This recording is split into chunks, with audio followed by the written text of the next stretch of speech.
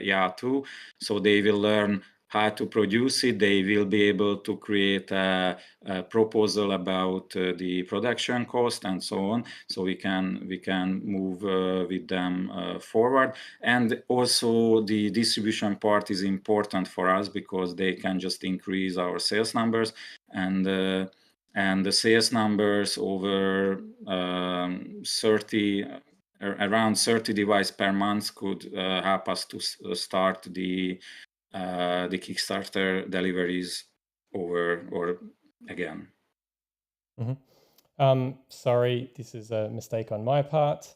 Although we had video going into YouTube, I hadn't clicked go live yet. So I have started it while you were talking then. So just a quick recap for everyone. Okay. We have some slides that are graphs of the people coming through. So we've had an increase in people who were either pre-orders or owners of the YAW 2. And we've seen a big increase in the number of people who actually have a YAW 2 in the slide you can see now. And there was the question I had about VR headsets where most of the people, well, more than half of the people responding had a wired VR headset, and just under 40% had a wireless VR headset with a PC. And then I quickly covered sort of the areas that I'd like, or mentioned the areas that I kind of wanted to talk about, which was documentation, reliability, Kickstarter delivery plans, and focus. And Zolt mentioned that they have a manufacturing partner in China that they're working with that are currently building a test unit to validate the manufacturing process on their production line. Is that correct way to explain it? Yeah, Zolt? Yep. Absolutely. And oh, you go. Sorry, go ahead. And that there was a lead on an investor in China, but as it can all change in the last second, he can't talk about it specifically at the moment, but it's a good thing. And they are our Asian distributor. Oh, yes. They will be our Asian distributor as well. Is that the manufacturer or the investor? The manufacturer will be the Asian distributor. So they are Shalexar, and they will be hopefully our manufacturer in China, and they are our distributor in China, and they are has the connection to the investor. So we are looking for investor in Asia with them. Okay, and because I don't think I'd started the call at that point, that company has been involved with Pimax and has experience in the VR industry. Zolt mentioned that. So. Yes, absolutely. Yep. And they maybe, if I'm not wrong, they still have their own VR headset product. Oh, okay, cool. Okay, so I sort of had a broad few questions about marketing. So I guess there's a couple of comments. So I've had the opportunity to experience a DOF reality machine recently. I even helped build it for a friend, and it was quite interesting. It took about 5 hours to build. They have since changed the way they deliver some of it to reduce the build time, which would reduce it considerably. But I think what I see as a problem at the moment, and I'm not sure how you can address this really, but currently a DOF Reality P H3, for instance, is cheaper than a YAW 3 DOF. But there is absolutely no question, having experienced them both, that the YAW has a far greater range of movement. And, you know, if you're in a roller coaster or flying or something like that, it's just, there's no competition as far as I'm concerned personally. Do you have any sort of plan about how to address that? I believe they're one of the major competitors. So, you know, is there a plan for how to tackle that? Absolutely. We continuously working on and thinking on and developing on how to decrease or how can we decrease the production cost, because this is so we have two major issues regarding the cost structure right now. One is let's say the main production cost, which is because this is an honest interview, maybe I should keep these numbers, but I don't care if our competitors will know about that, because maybe everybody can figure out the numbers. So the material cost of the simulator is around 1,000 500, 700 US dollars, and the whole production cost with all the expenses around 3,300 or something like that, around this. And it's too high, definitely. So we would need, or we must decrease these numbers very much. And we are working on it. So there are lots of room, not lots of, but there are rooms to decrease the cost. Like, for example, if we could replace the some kind of aluminum parts to plastic, it would be much easier to produce, and the cost would go down. Even if we could make some automation in the production, then the workforce salary would be less in the future. But for example, if we could work with our Chinese partner, then the cost will dramatically be decreased.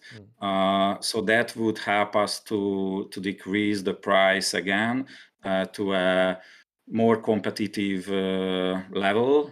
But right now, at this point, to increase the price in January, or if I'm not wrong, it was around January.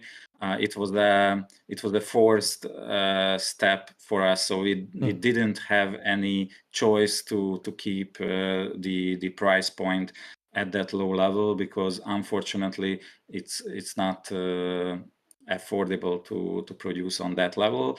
So that is the reason why the 3DOF device is around 4,000 US dollars, if I'm not wrong.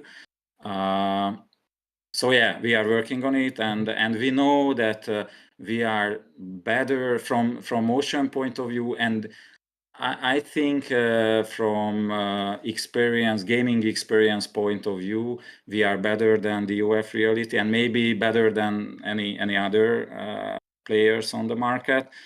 But we have issues with right now with sometimes we have issues with the quality, because I would say that not every device is defective what we send out, of course. So usually on Discord and on Facebook, you facing with the defective devices. But there are lots of users who are satisfied with the device from the first minute. So we are working on the reliability and to make the production cost as low as possible. Just one more sentence about reliability. It's big problem from 2 points of view. One is that our reputation is going down if our devices are not reliable and cannot make it work in a few minutes or a few hours.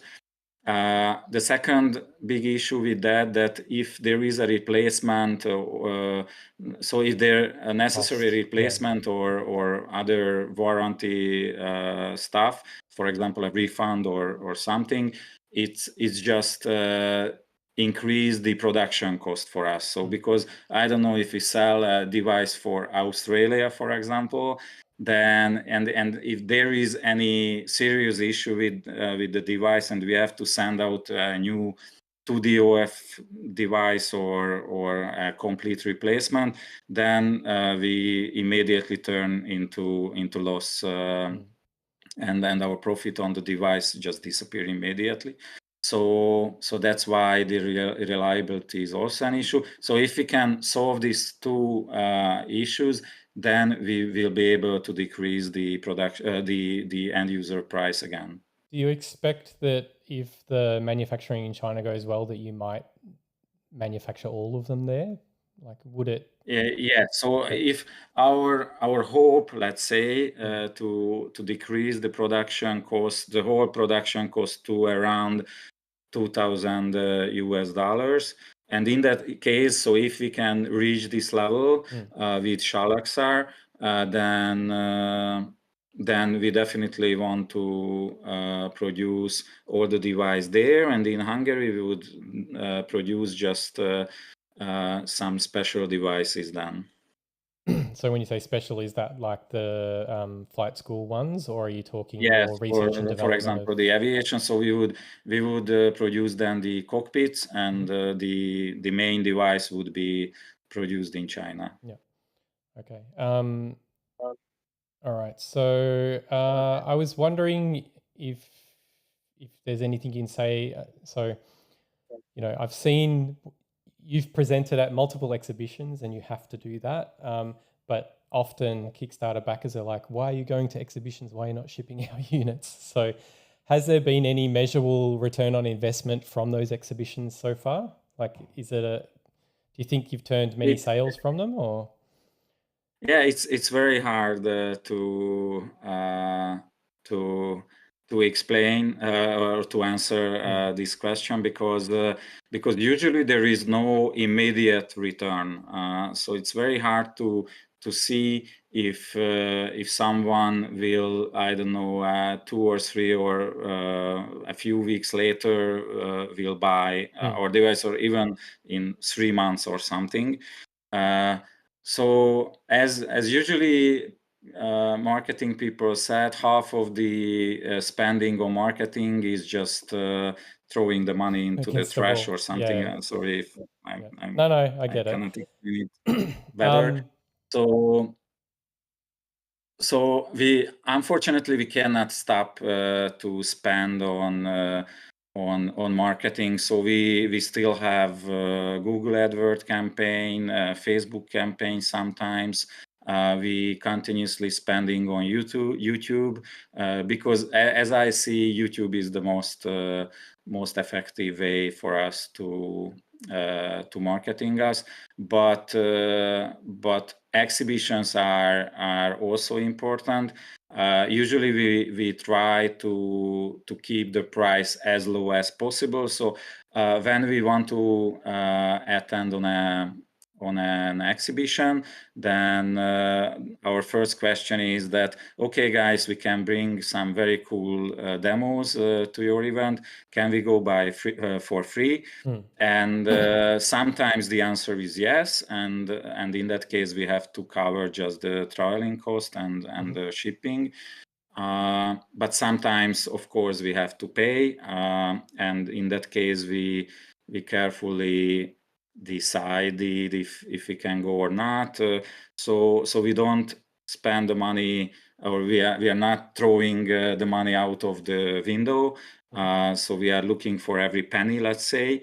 But we have to do marketing activities, because if we cannot sell, then we have to close. So that's why we have to spend on marketing as well. Yeah. I mean, I imagine, I mean, from what I've seen at the conferences that you've done, you're definitely getting a lot of foot traffic. And so it would be a case of you get word of mouth advertising from that, because surely people are going to talk about it to their friends who are interested in the same type of thing. But yeah, I get it. I've gone to conferences in a business context, and often, like, I don't know I'm getting any ROI on this, but you kind of have to keep doing it to a degree. So, but on that, And for example, just sorry, one mention. So for example, in our last two exhibition or conference was related to aviation, because we wanted to see, before we invest more into our aviation product, we wanted to see if there is a serious interest for this product or not. So it was also a strategic decision, not just a marketing decision. Yeah. So I guess the natural lead on from there is like, how do you have a target demographic, like a well-defined target demographic, or is it quite wide? And how are you focusing on targeting those users at the moment? Yes, we have. Unfortunately, maybe I will be able to open our marketing plan very quickly. So the basic target audience is for us is male in Western Europe or in the US. And one second. So between 26 to 45 or something. So it's a middle-aged and young and middle-aged customer who has I don't know the salary. So there is a and B plus and something like this marks for the audience from the salary point of view, but I don't know that. But of course, it's the middle or high class people. So mostly these are our basically target audience. males with I disposable found income, or it's like 1 second. I just found our marketing plan, and I think it is inside more precisely if I found it. Okay, I cannot find it right now, but basically it's mostly what I said. So do you have any means to validate those assumptions against actual orders? Like, you don't necessarily get the age of a person when they place an order, I'm assuming. So yeah, it's a little bit hard. So we can, let's say, validate this target audience by talking with these people and looking or checking the audience with whom we meet on the exhibition. So usually these are, and of course we have feedbacks from our Google AdWords, so they know a little bit about our audience who are clicking on our links, and from there we can check this data. But of course, those also not super precise, but they know a little bit more about our audience as we know. So that is where we get. Oh, okay, it's here. So we have, yes, from 25 to 55, so it's not very specific. Usually male, but we cannot say that just male, but mostly male, and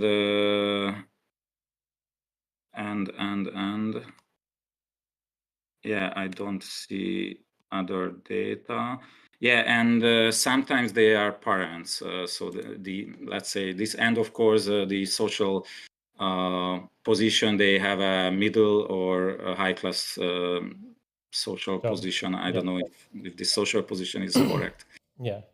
I so you mean like middle upper class people or something? Yes, middle upper class. Thank Yeah, you. Thank that's you. all right. Yes, exactly. I mean, I So these can. are not super precise target audience, but this is what we see on exhibitions, in the personal interviews when we have to talk with the potential customer or the customer who has some issues, and we have to talk with them. And this is what came back from our Google AdWords as well. I mean, looking at my own statistics on the channel here, most of the videos that I've put out about YAW have only had males in the sort of probably older even, so 35 to 50-ish, something like that, I would guess. Someone did Yeah, ask, what about, is the target any different for Pro versus 2DOF or for arcade places, things like that? Do you have any? yeah, of course. This is the individual customers, so the private customers. Mhm. The arcade version is a completely different story. We didn't focus on the professional side yet so much. So we just finished the arcade version recently. Mhm. So we want to start to focus on a little bit more the professional, I don't know, market. I Mhm. mean the arcades mostly. So arcade is a completely different story. There we cannot talk about classic target audience because they are companies.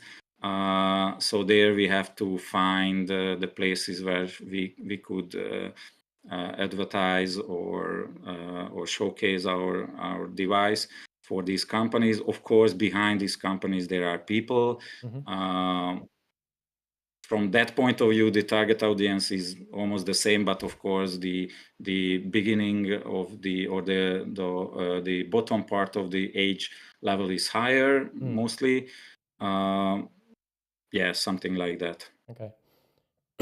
Okay. So moving on to sort of research and development, which I've kind of put into the focus bucket. So we've seen.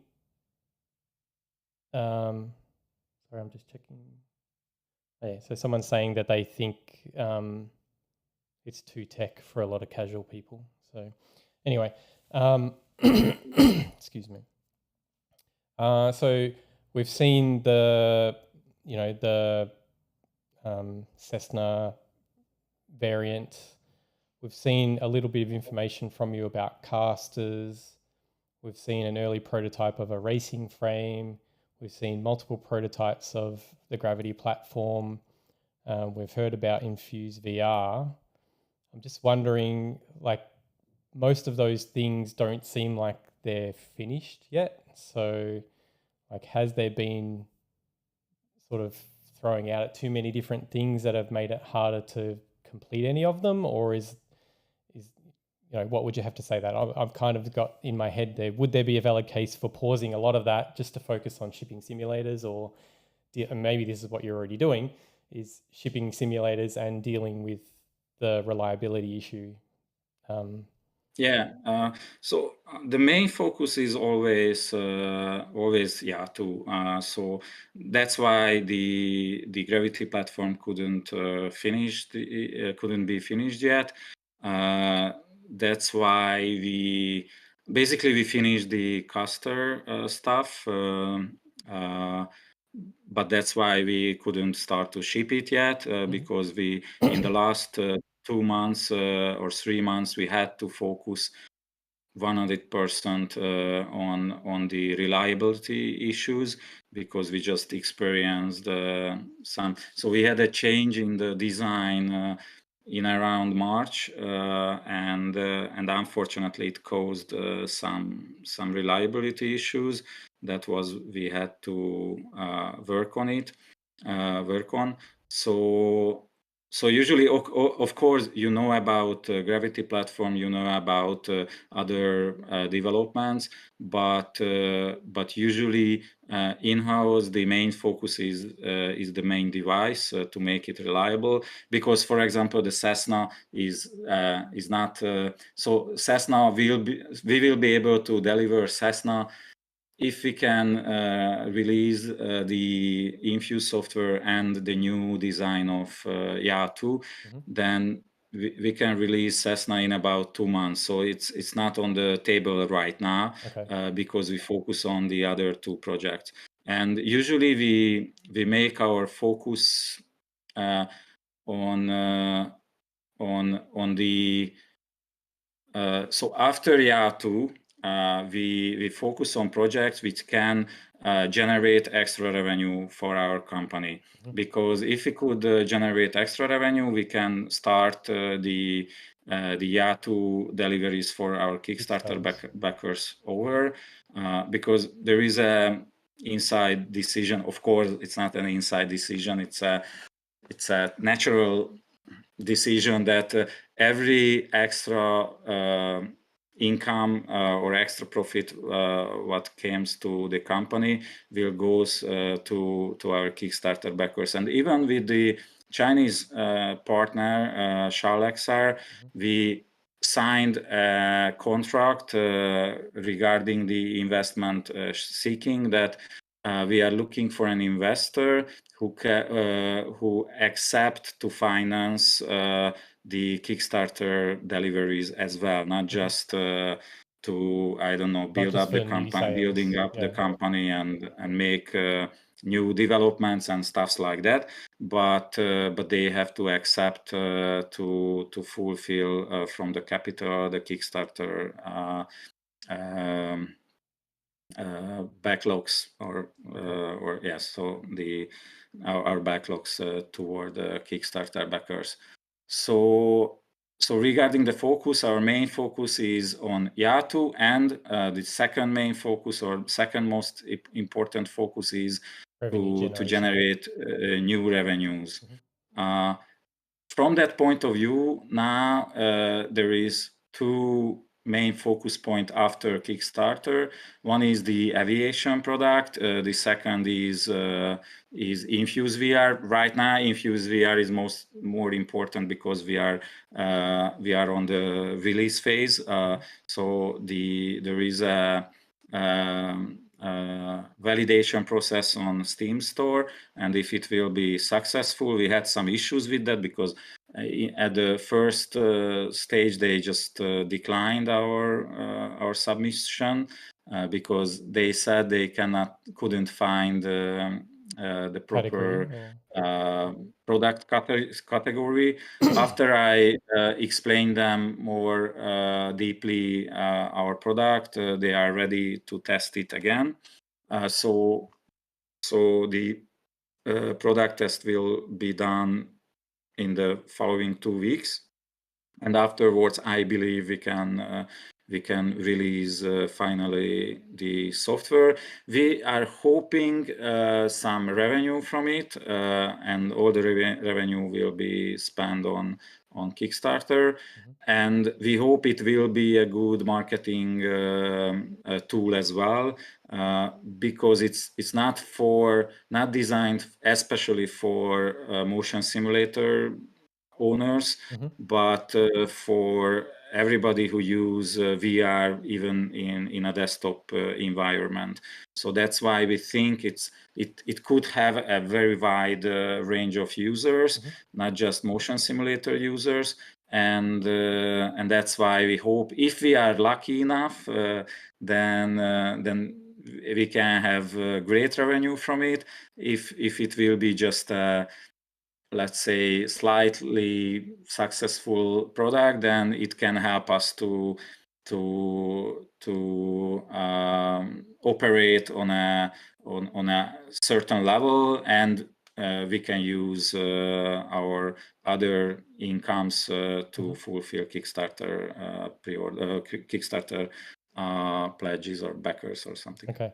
I mean, that Infuse was probably the one item out of that list where I could see that it had, when I try to think about how I do things in my own business, I try to stack things in a way where one supports the other. And I mean, it's pretty clear that the Cessna unit is another way to ship yours. So, but Infuse is something that helps. And I am wondering, and I do have questions later about software, but whether Infuse VR will help at all with the motion compensation issue. I've been thinking about myself and thinking, well, if you're tracking a physical object that is fixed to the chair, then that is like having a tracker instead of your virtual tracker, and it would help potentially to re-register the display correctly. So Fingers crossed. Yeah. So first we wanted to go toward the aviation product because it was a natural next step, because YATU is great for car racing as well and other games. I have just tested the Forza Horizon last time, and it was super fun. So I believe maybe DOF Reality is slightly better for car racing game, because it has more intense movements, and it can maybe a little bit more simulate the surface details of the road and so on. But when I tried Forza Horizons and some other games previously, I just realized that our device is also super cool for car racing games as well, and even for aviation or flight simulation.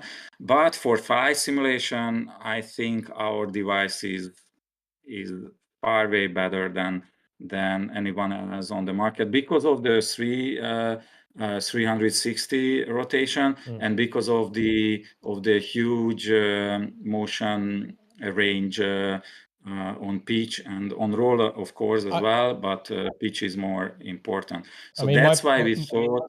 Sorry, go ahead. My personal experience with the H3 that a friend has was that, and most of, like, I haven't done any car racing in the YAW 2 yet, but I did some in the YAW 1, and like the YAW 1 blew it away, even blew away the H3 in my experience. Like, okay. So I think you've got more front to back movement. So if you're going over hills and stuff, it can really true. sort of throw you around way more than a H3. It's, I mean, and to be honest, there was documentation issues when we tried to assemble that unit with my friend, partially because we found the wrong documentation, but we managed to figure it out. But they also are doing still now, I don't know how long they've been around, they're still iterating on the design. So, you get one, or my friend got one, and then some of his friends got one, and it was different to when he received his already within a period of weeks. So documentation is hard. Unfortunately, it's not a developed market yet. Yeah. So yeah. Sorry, go ahead. No, that's okay. All right. So, okay, just go back to the answer. So our natural next step was to move toward aviation, because for aviation our device is very good. I can say after the last two exhibition, I can say with my full belief that that it's a super cool device for flight simulation. And we just realized that if we can make we checked all the motion simulators and static simulators on the market for aviation schools, and we just realized that our simulator would be a very, very good offering, or very good product on the market, and very competitive product on the market. And we just set the price point to 15,000 US dollars, which is still a very affordable price for motion flight simulator, even with cockpit. So it's absolutely a very good price. And if you think about that on a basic or let's say a regular YATU, we can get, let's say, 4,000 US dollars revenue, and the profit is around $700 on it, if we are lucky enough and there is no technical issues with that device. In the same time, if we sell one aviation product, we can get 15,000 US dollars as a revenue, and the production cost is not much higher than a regular YATU. So let's say if the production cost is 4,000 US dollars, then it's absolutely cover the cost. So there is a huge profit margin on that device. So that was the reason why we started to design the YAW cockpit. And I mean the Cessna cockpit, but there will be other cockpits in the future. And the main reason was to make more profitable revenues in the future to fulfill our Kickstarter backlogs. Yeah. I'm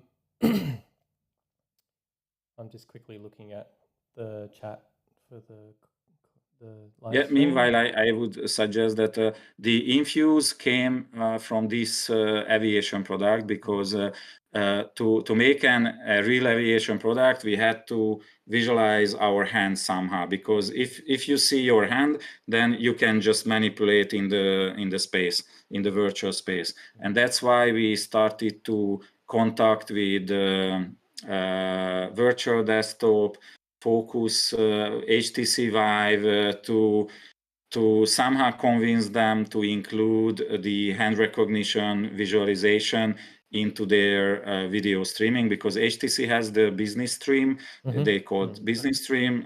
Virtual desktop, of course, it's a streamer application. And maybe we try to contact Facebook as well, I mean Meta as well, but we just failed on every way, and that's why we started to develop Infuse VR. So mainly for our aviation product, but right after we just realized that how cool product could it be if you could just see your environment in VR, and you could just handle your devices without taking off your headset. So that's the story of this development. Okay. All right. So can we talk a little bit about customer experience for those who have received units? We know that people are having hardware issues. Can you say anything about the percentage with issues versus the amount of units shipped? Because we only hear the bad. So we don't, you've said that there's people who are happy straight away. Yeah, it was, so I cannot tell anything about the current numbers because I don't have it yet. But in the worst months, or I don't know how can I say in English. So the bad times. So at the bad times, it was around 10%, which is very bad. So every 10 device, we had one serious issue. Of course, there are some other issues what our customers solved by themselves. So I don't count that issue, because of course we take those issues seriously as well. So we had some issues with the quality of the hose for the screws and stuffs like that. So it was hard to screw. Yeah, I had that on my rotation platform. So, so we took those seriously as well, and we made lots of improvement on that front. But if I count the serious issues where we had to send some replacements and stuffs like that, or refund even, it was around 10%.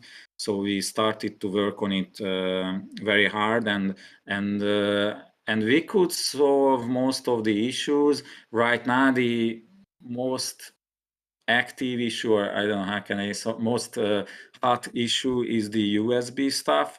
What we working on. We just find a design issue in the device, so we could solve it.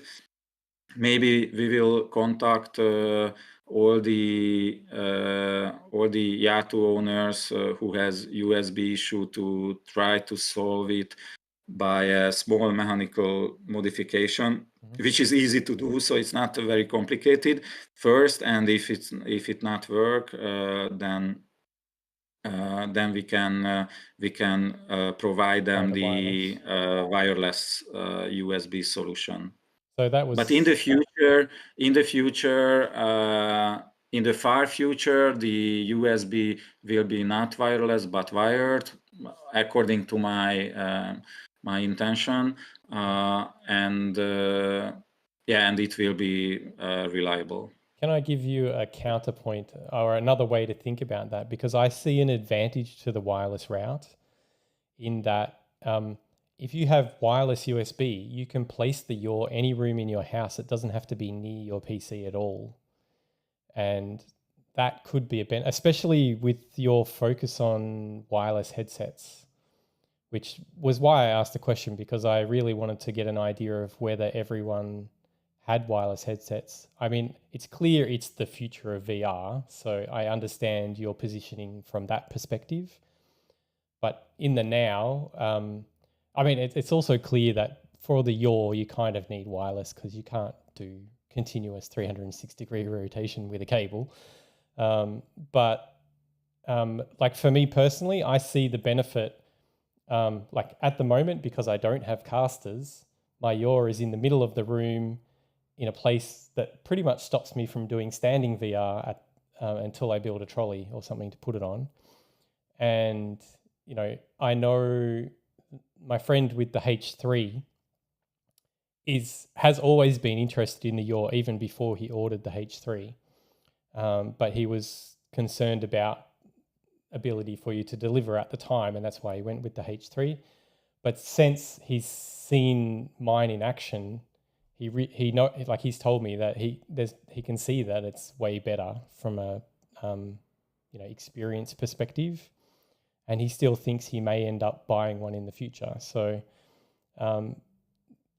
I think the biggest issue we're seeing it because he's helped me trying to figure out some of the motion compensation issues, and I think if you can deal with the motion compensation issue and reliability, and I guess price, I think they'll sell like hotcakes. But yeah. So anyway, I've rambled. Where was I going? Regarding the USB and wireless USB, so I see the advantages of the wireless USB because we have to dealing with less cables inside. So it's not just I see the practical advantages from user point of view of the wireless USB. Wouldn't it reduce? Well, maybe not because of the licensing, but it would reduce the cost of the hardware unit itself, like the hardware that goes into it. It would reduce. So even with the software licensing, it would reduce the overall cost. So it's because one license from the wireless USB, I don't remember the name of the company, is between it would be between $30 to $50 according to based on the quantity. But USB capable slip ring is around $100 or $70.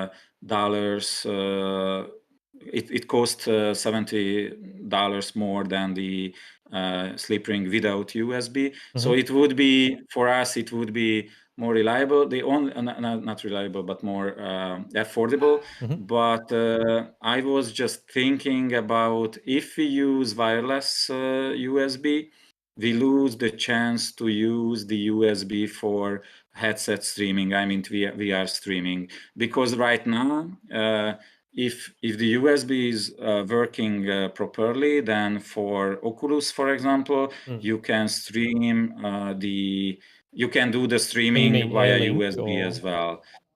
You mean you can use AirLink properly, or? Sorry, please again. You mean if you have the USB, you can use cabled AirLink rather than the wireless? Yes, exactly. I'm not sure if AirLink cable link working with Meta software. If I don't wrong, if I remember correctly, I tried it once and it worked. But with AR VR or our Infuse solution, it works very well. So that's why I wanted to keep the cabled USB to be able to provide video streaming on the device. But if everybody says that wireless USB would be better, then for us it's a good solution. So we don't have any issue with that. So my thinking on that personally is, the Quest 3 is coming out soon. It's going to have Wi-Fi 6E, so it should have ample bandwidth for sending the video. Okay, I so don't know. you expect that the cable won't be important in the near future. The only thing I would want to run a cable for on a yaw would just be so I don't get a flat headset, really. So just to power it, it doesn't have to do the video, I don't think. Even currently I have Quest 2 and I have an access point in my office, so I don't know whether everyone else does, but I've successfully played VR with my computer in my office and me in a totally different room in the house over Wi-Fi with a Quest. Wi-Fi is also very good. I Yeah. totally agree. I'm just thinking about it from a forward-looking perspective. It seems like Wi-Fi solves the problem and is the direction, as people get newer headsets, it becomes less and less of a problem about having cabled video, essentially. Sorry for the background noise. My kids are slamming doors. But I'd love to hear in the chat from people if they think that wired is more important than wireless for the USB. One person has said, with 2 DOF, wired is very much possible. Yes, that makes sense. But he said, I personally go for Quest 2 or 3 wireless, and having my USB devices also wireless totally makes sense. So that's one person. I see the practical reason of wireless USB that works, and it works very well. Basically, we already included the software into our game engine. I don't know if it's released or not, but the usage of this wireless USB will be seamless. So you will just start the game engine, and it will work immediately. And we want to make. There was a question on under one of our videos on YouTube that if the wireless USB stuff and Infuse VR overall will support SRS, and I think it's just a good idea to support SRS as well.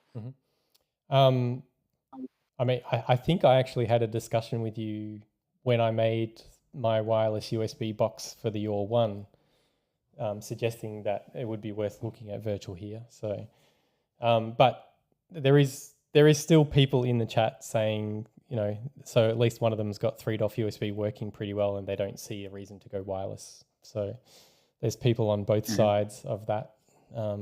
Yeah, as usual. Yeah, never easy. Not easy decision. So maybe we can do. So because it is a software, so no, it cannot work on 2 ways, because if we use the wireless, then you have to unplug the cable. one cable should goes to the Raspberry Pi computer, so it won't work together. So you cannot decide if it's wired or wireless. You could, but you might need to. I assume you're adjusting things internally a lot still currently, but you could have it that it's a user choice if you have the hardware there anyway, and then if they want wireless, they can just unplug the cable and plug it into the Pi, perhaps. But I guess that that is possible, because that is the way how we will try to solve the USB issue with our existing customers who has some issue with that. So it's not complicated. So you should just take out a USB cable in 2DOF and put it into the Raspberry, and you don't have to take apart the device and so on very much. A little bit, yes, but you take the pitch unit off, which you've got off at the start when you're building it anyway. So it's easy. So I have USB issues myself. So one of them, I think I found an issue that's not an issue for new units because you don't use the part anymore, but there was a terminal block between a little block that went between that you had to plug a the cable that came from the pitch unit had an Ethernet cable that plugged into a little terminal block to connect the Ethernet to the USB hub. And at least on mine, if I bent the cable, like if I torqued the cables while they were in that connector, it would lose connection. And I replaced that with one that I bought off of Amazon, and that resolved that issue. But now I'm getting disconnects when the unit's turning around, which, I mean, I'm assuming, I don't know yet, that it's either the Molex connector or something on the slip ring. I assume it's probably the Molex connector, but I don't know. And that's why I have the adapter to do the wireless thing myself. So sorry, just one small interruption, because I have to plug in my computer very quickly. Yep. So let me just find a connector. It's all right, go One do second, it. That's please. no problem. Yeah. All right, so I'm just going to look through the chat.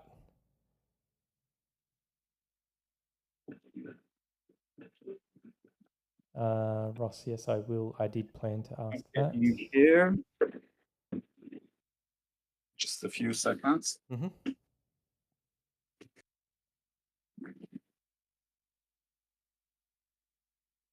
Okay, now I'm safe. Okay. Sorry for the interruption. That's okay. So one of the users. Sorry, just regarding this USB stuff. Mm-hmm. If you have this issue with the USB connection is not stable during the rotation, Mm-hmm. I will send you a small manual. How can you modify a little bit the rotation platform? Because the issue here is that my colleagues worked too good, or I don't know, how can I say. So they just make a very strong supporting arm for the slip ring. Mm-hmm. And that means the slip ring cannot move at all on the bottom part. Mm-hmm. But when you rotate and use the simulator, the upper plate of the rotation platform moves a little bit. So it's impossible to avoid that stuff. And we have to let the slip ring to move a little bit. Yep. So the solution is just screw up the 3 bolts, what is fixing the slip ring, bottom part of the slip ring, and just put back one screw, but not tightening very hard. I'm not sure if it's correct in English. So you have to keep it a little bit, be able to move. Okay. And my expectation that it will be solved. It will solve this issue. Okay. Gergo will know about that option. Will Gergo know about that? Because he was planning to help walk me through installing the adapter, but I'd like to try and fix the USB as well, just as an exercise. Yeah, you already have the wireless one. Okay, then it's not. No, the case. So I have the adapter, but I haven't done the wireless install on the unit yet. Okay. So I have my own wireless one that I run separately. In the meantime, okay. That's so just then you can try it, and we will see if it helps. Because what I can do is I can record doing that as well, in case it can help other people. So. Great, thank you. Yep. So.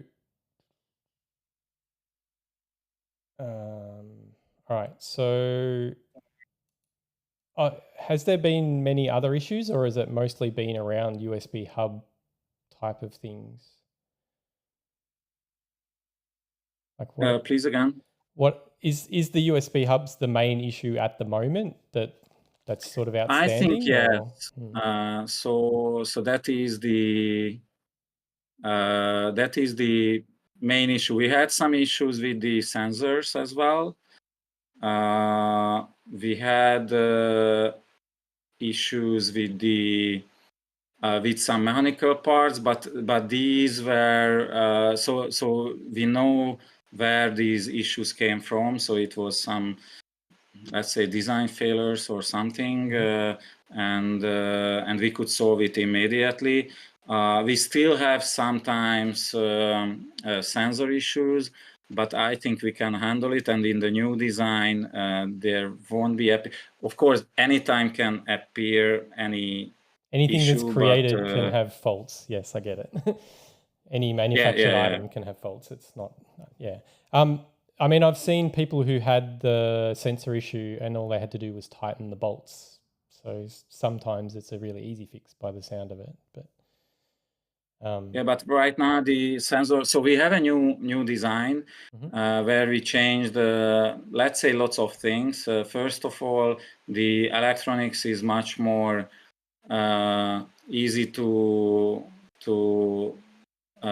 assemble, which is not important for your side, but important no, for it's, I mean, it is our important side. because it reduces the cost of build, which it's important. That's Yes, important to especially the exactly, and Kickstarter easier backers. to fix. So if something is wrong, we can fix it very quickly. And even because we changed the cabling, it's much more reliable. So not very sensitive. The system is less sensitive for the vibrations and stuff like that. So most of our issues came from, because of course we test every device in the testing process. So it's our main interest to send out device which is work. Yeah. So we didn't really understand how is it possible that we test it. We even test it with 150 kilograms and we test lots of stuffs. And then we send it out and it just doesn't work.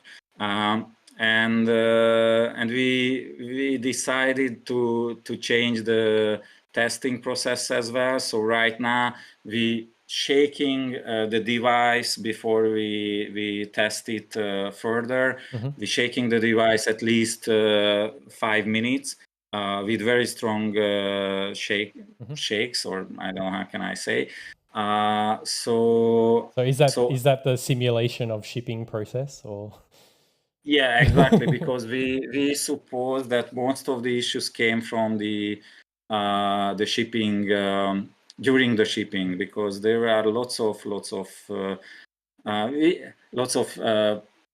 forces vibration, and how can I say? So I don't know in English but lots of vibration, probably movement, pushy. and vibration. I don't know how can I explain it. So there are torture for our devices until it arrived to our customers.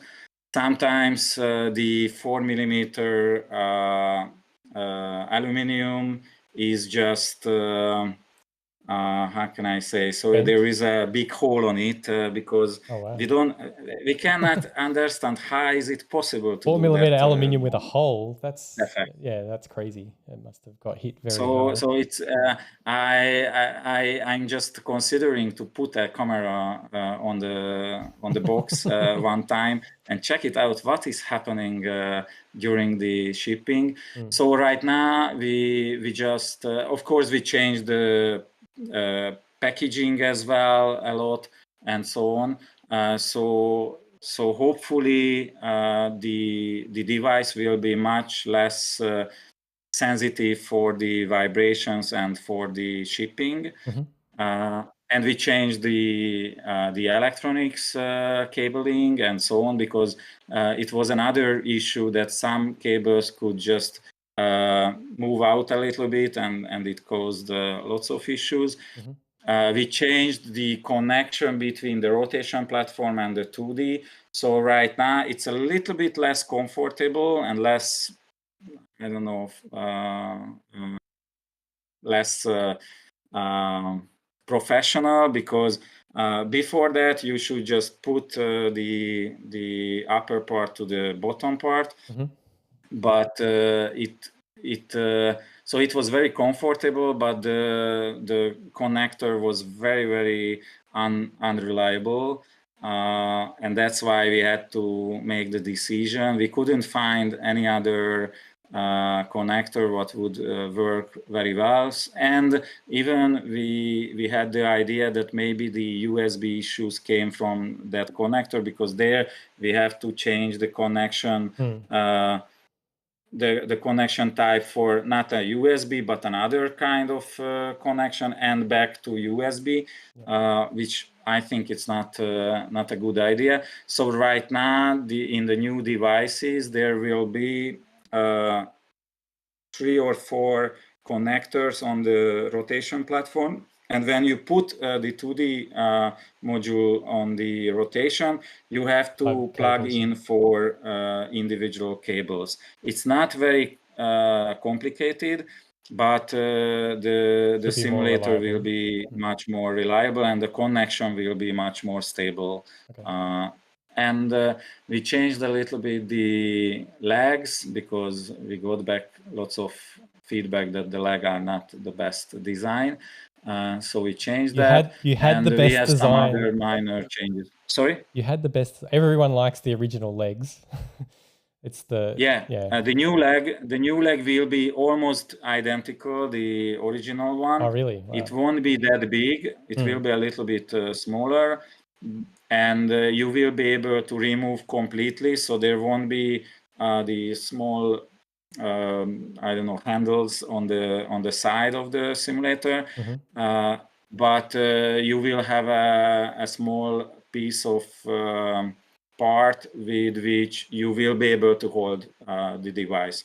So it will be much better than before, according to my that was one of my quite negative feedback. Was it was really hard to get the rotation unit out of the box because there's nothing to hold.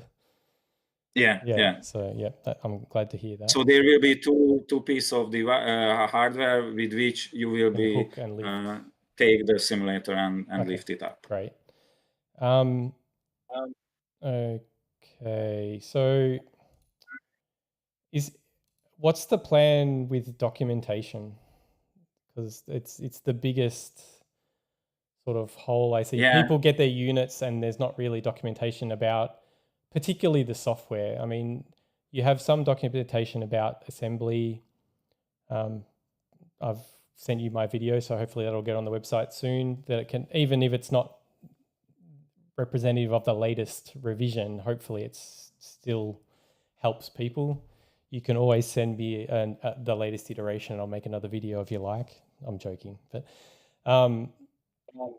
the software setup, I think, is really hard, and that was one of the other questions I had where I did have and I forgot to include that in my slides, was what's the biggest problem with, hang on, I'm trying to find it.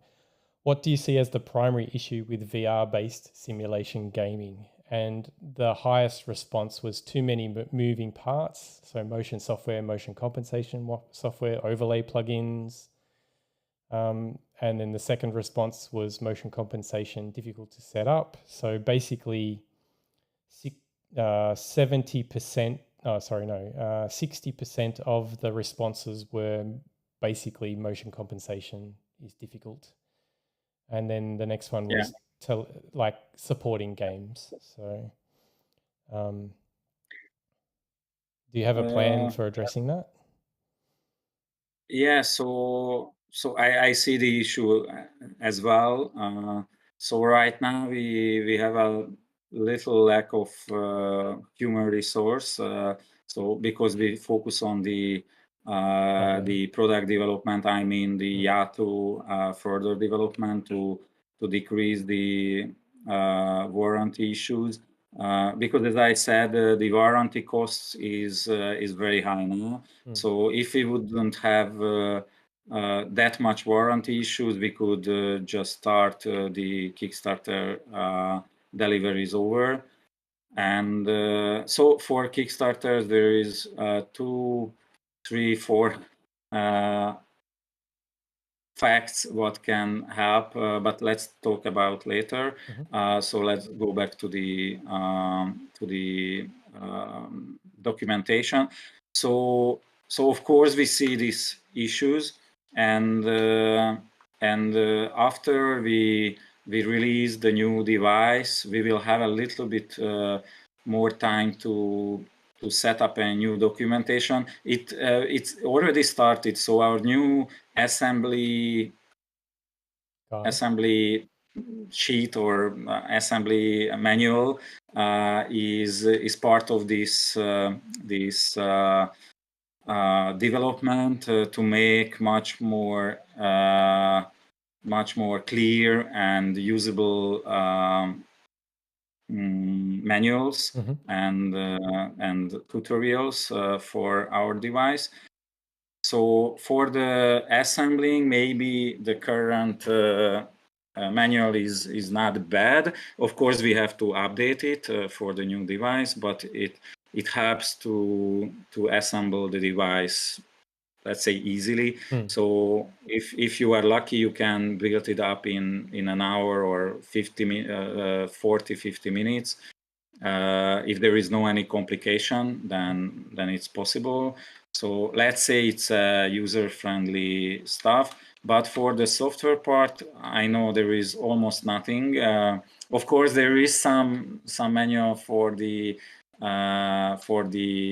setup software, I mean the controller software, but for game engine there is almost nothing. So I know this task and we will do it. Regarding the motion compensation, it's a very hard topic because we don't, so the current motion compensation solution is not our product. So it's made by one of our user. Are you talking about OXMRC, the BuzzT Excuse me? Bears? Are you talking about OXMRC or OVRMC? So the one that's packaged in Game Engine is OVRMC. I'm talking about Open VR emulator. Yeah. So that is. So excuse me. The OpenVR one is developed. It's like it's community developed. So it's yeah.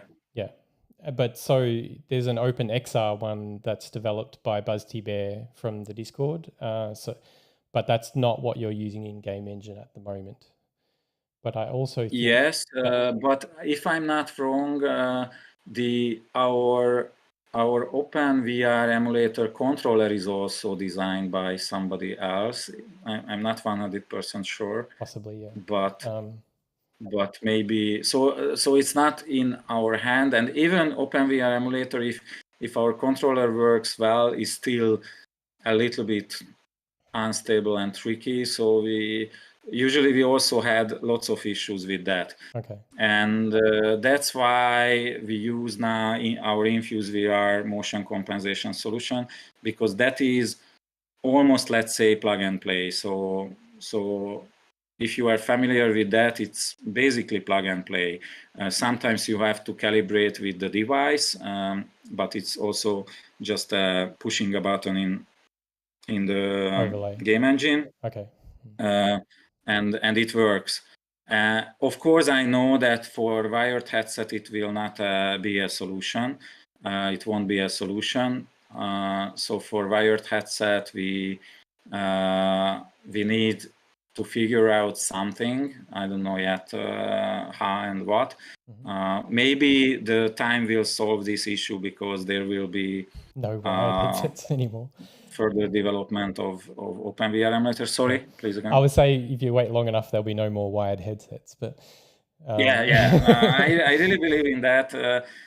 So right now, Infuse VR will be a solution for that, and it will be, I can say, plug and play. We still want to further develop it, but it's already not bad. So we will release it very soon, hopefully very soon, because it's our main interest to release the product very soon. The Infuse will be free.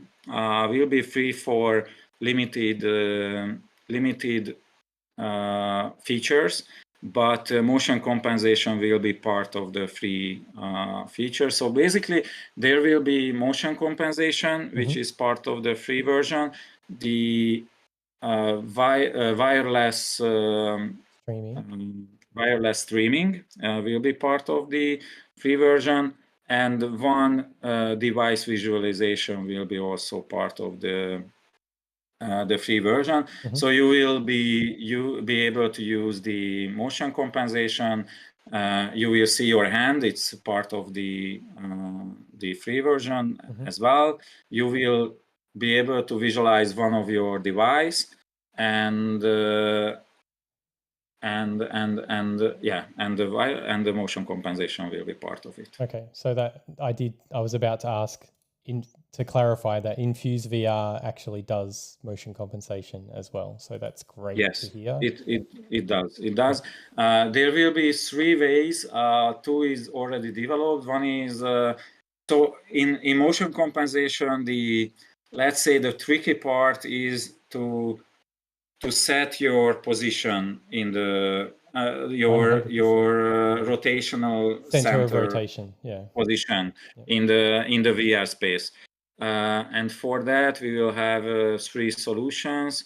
2 is ready. One came from the center point, came from the game engine, because the simulator, when you calibrate, the simulator will move. You have to sit in the simulator, push the calibration button, and it will move forward, backward, and it will just calculate your center of the rotational point. The other will be that inside Infuse VR, you will be able to set the control point by visually. So you will in Infuse, you should do this one, and you can move objects in VR, and you will be able to set the control position or the rotational center.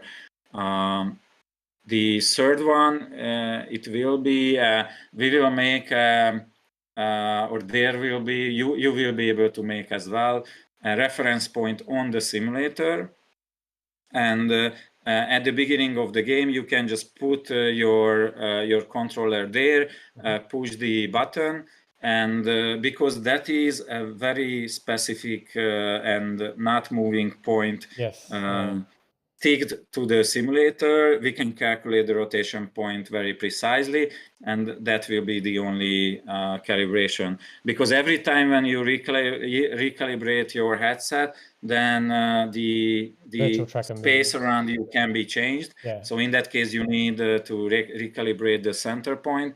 But in some cases, we just figure out that the Oculus Quest, for example, can keep this reference point in static, so maybe you need just calibrate one time. Okay. Yeah, that mirrors. So one of the really big issues I had. So, those who have watched it, I released a video a few days ago about setting up motion compensation with the Quest using OVR MC, which is packaged with Game Engine. And I've had a lot of luck with it in No Limits too.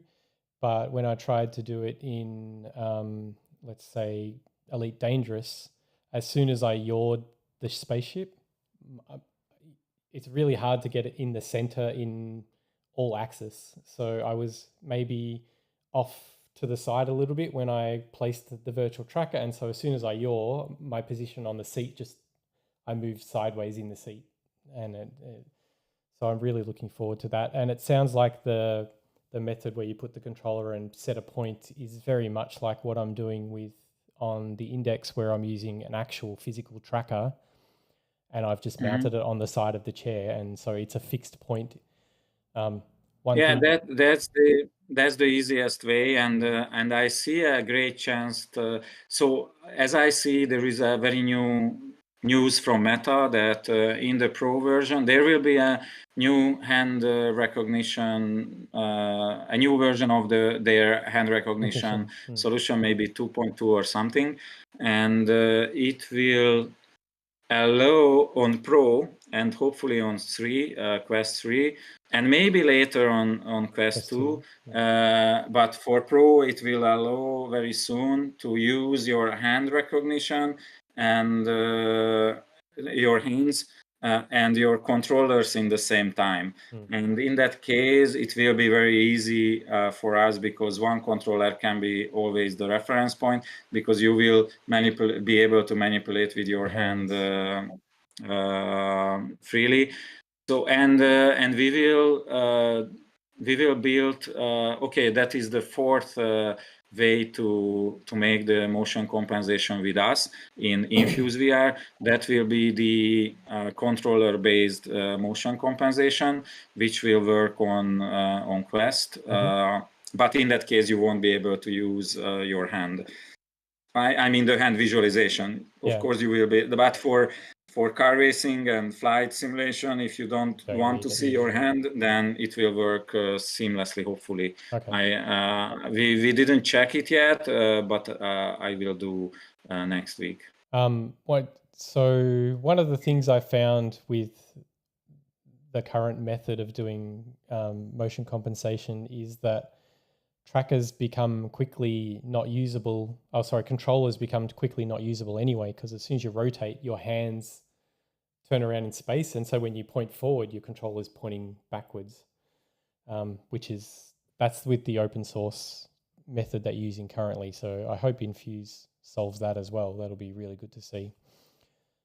Yeah, in case of Infuse VR, we use ILVR software, so we have full control on everything. Let's say, so there should be a great solution. So I think it will solve these issues, and finally motion compensation will be easy and plug and play. Yep. That is my expectation, and in the last couple of videos we recorded, basically since April or May, we use just Infuse VR for motion compensation because it's much easier to use as compared to OpenVR emulator or other stuffs. Okay, so Sam just asked before, so he might not have been here earlier when you were talking about the process with Steam with Valve. So currently, Sam, Zolt submitted Infuse for review to the Steam store, and initially they rejected that submission, and Zolt's resubmitted it recently with some more information. Have you got any indication of what sort of time frame until that is likely to get approved? At the beginning, we got back a date which was 24th of August, so 4 days ago, and I was hoping that I will be able to talk about this as a already released stuff. So usually they said the review process takes took 3-4 days. And now we are in contact with them, so we will be able to send a new version to them on hopefully Thursday, because one of our developer on holiday now. And so I really hope, if everything goes very well, then maybe end of next week we will have the ability to release it, or the right to release it. It's up to Steam, so I don't know. Usually they said the testing process takes about 3-4 days, but if they will have some issues or requests, then it will make longer, so took longer time. That's okay, Sam. So I asked Daniel if I can get a copy of Infuse to try it out myself, and so yeah. So absolutely, and of course for all Kickstarter backers, as we promised, it will be free. So we will send maybe not automatically, but anyone who are one of our Kickstarter backer wants license, we will send it a free license. Of course, we know, don't take it wrong, so we know it's not a return for your pledges. So we absolutely our main intention to and willing to deliver as soon as possible and start delivering as soon as possible, but of course it will be free for you. Okay, so there was one question earlier that is relevant, because in the last interview, sorry, that was my kids in the background, I think. In the last interview, Peter mentioned that you were using new software to help with dealing with emails and ensuring that people would get faster responses, but still there is people saying that they're waiting, days, weeks without responses to emails. So has that just been a resourcing because everyone's been focusing on dealing with the hardware issues, or No, I'm continuously fighting with my team to send answer to everyone. So sometimes there are so please, if you don't get answer, please check your spam folder as well. And I don't know if there is no answer after 3 days, but the goal is to answer on the next day immediately. So if you don't get answer in 3 days, please write a new email from the same email address, and I'm continuously working on to somehow reach the point that in let's say 24 or 48. 48 or something hours, everybody got an answer from us. So I hope there is some progression on this, because we just introduced this new software, and usually we answer the questions immediately. So there are some feedbacks that our support team is responsive and answers immediately. So that is the goal, and that is our main intention regarding this topic. So please, if you don't get answer, please write again, and if there is no answer, please contact me, or I don't know. So you can write me as well. I've seen my email address maybe. I've seen you quite active public. on the Facebook group. So Excuse me. I've seen you quite active on the Facebook group responding. So yes, yeah. you can write there as well. So please contact us on other way, because sometimes our mail goes to the spam folder, so our answers goes to the spam folder. Sometimes my colleagues make mistakes, and I don't know, somehow they didn't realize that an email is not answered. So we continuously improving this part of our company, because that is our first, let's say, not first, but that is one is the most visible part, one of the most visible part of our activities.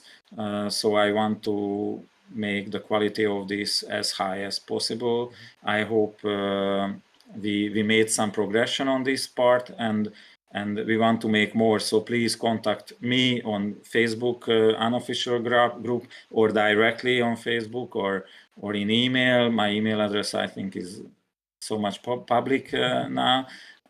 So lots of people can reach me, and in that case, I do my best to solve the issue. But the first contact should be the support team, and I'm sure they will answer very soon. And these long answers came from some mistakes, should came from some mistake. Maybe we didn't realize the email, or the answer goes to spam. So please write an email again, and if there is no answer, please contact me. So, and then just another point of clarification, that software that you're using, that's just in place on the support account, or is it everyone's email? Like, because I email you and Peter sometimes and I don't get responses for a while. Do you have software on your own accounts? Is it the same thing, or is that it's just the support? No. So I of course I have access to the we use FreshDesk, maybe FreshDesk or something. So I have FreshDesk access, of course, but honestly I can't check the emails every day. So usually I'm checking the Facebook side on the unofficial Facebook's page, and I got many emails in a day, and I'm trying to answer as soon as possible. But of course, and we are in contact on many ways. So yeah, as you can reach me via Discord is not the best way. So sometimes I don't use Discord very frequently, but you can reach me on LinkedIn, Facebook, in email, WhatsApp, for example. So if you know someone, my phone number, they can reach in on WhatsApp. And I got many times regular phone calls as well. So basically, I'm reachable, I think, according to my best. All right. I mean, I don't always expect you to respond half the time the emails I CC you, just for your knowledge, so it's fine. But yeah, I just wanted to clarify so people understand that the support software that's supposed to resolve or help with quicker responses is for the support email address. It's not for all of the email addresses. So, okay. All right. I have a feature request for the seat. So I think there's a missing opportunity for the ability to lock the chair in position when it's unpowered so you can actually use it as a seat. I have once sat in the chair because I've got it relatively well balanced and I was playing my Steam Deck and it went backwards and I got stuck because it went back far enough and I couldn't right it again. But I think it would be very beneficial if the way I would think about doing it would be some solenoid that when it was unpowered, just engaged gears onto the seat, the pitch platform so that it doesn't move. But I think it would make it be also a piece of, it would then be also a piece of furniture that you could use when it's not turned on. So something to think about. So right now, it's absolutely, I don't know, in Hungarian we say it's you are knocking on an open door. So it's absolutely a feature what we already not just considered, but we already developed at the beginning. So in the beginning, it was part of the arcade version. So we had a prototype with this feature. It was not solenoid, but a mechanical brake. But we didn't have enough time, and as I told you before, we always focus on the most important YAW issues, and it wasn't that much important. So we wanted to introduce this feature after the main device is completely ready, and we wanted to move toward the working market, or I don't know, workspace market, or I don't know how can I say, like so workstation market or something, because our long-term strategy is that this device can be not just a gaming device in the future, but a workstation as well, because as a workstation it can be very cool because it can just provide you many features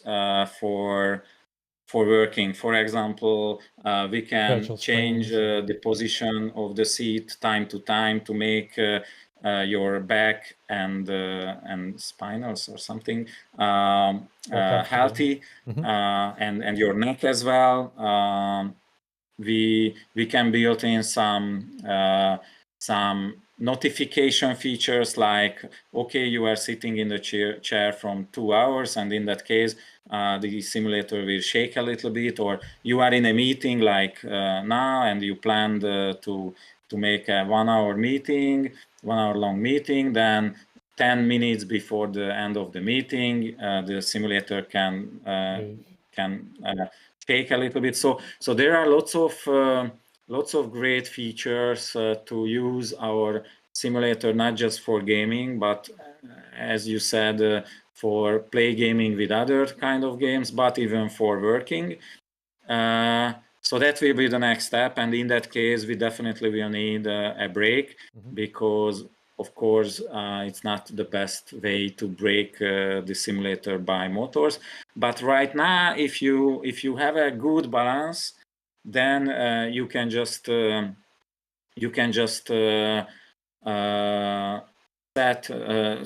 the device, and in that case the seating position will be static. Of course, there will be a slightly power consumption, but if the balance is good, then it won't be very high power consumption.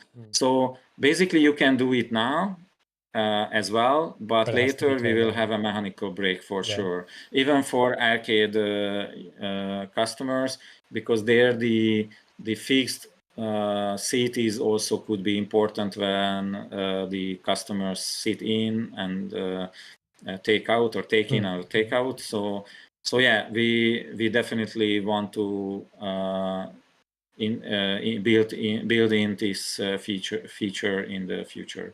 Okay. The other one that someone has mentioned in Discord relatively recently was this. I believe this would be a software feature, so it should be implementable as it stands currently. That when you, well, actually, it might not be, but the emergency switch, when you disconnect that, you lose power to the motors altogether, which can result in you getting stuck as well. Like, would it be possible to have it when you pull that off, that it goes back to the parked position instead? Like Yeah, it's a good question. So there is two possible way to implement a safety key or emergency key. One is that it physically turn off the device. This is one way. That means there is no software and anything, but when you take off, it will just directly reach a relay and pull it back, and the electricity will goes down. So that is one way. The second possible way is to recognize that, okay, the emergency button is pushed, or the emergency key is taken out, and in that case the software will just stop the motors and move the chair on a safe position and stuff like that. And I was on the side in the second solution, that it should be a software solution, and in that case we would be you would be able to first of all turn off this feature. So you would be able, in that case, you would be able to decide that, okay, I don't need the emergency button. It's okay. And we could make this solution what you mentioned, that the chair should goes to the parking position, because we have this feature to park the device. But in some discussions, my colleagues just convinced me that a physical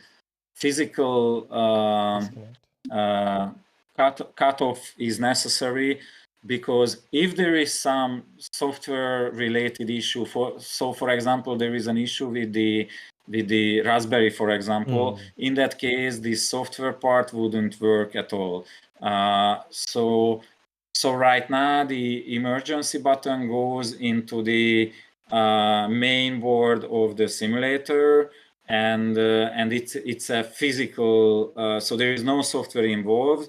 If you take off the emergency key, then it will just close an electric circuit, and it will pull the relay, and that will close the electricity. So it's a let's say mechanical, of course, electric mechanical solution without any software included.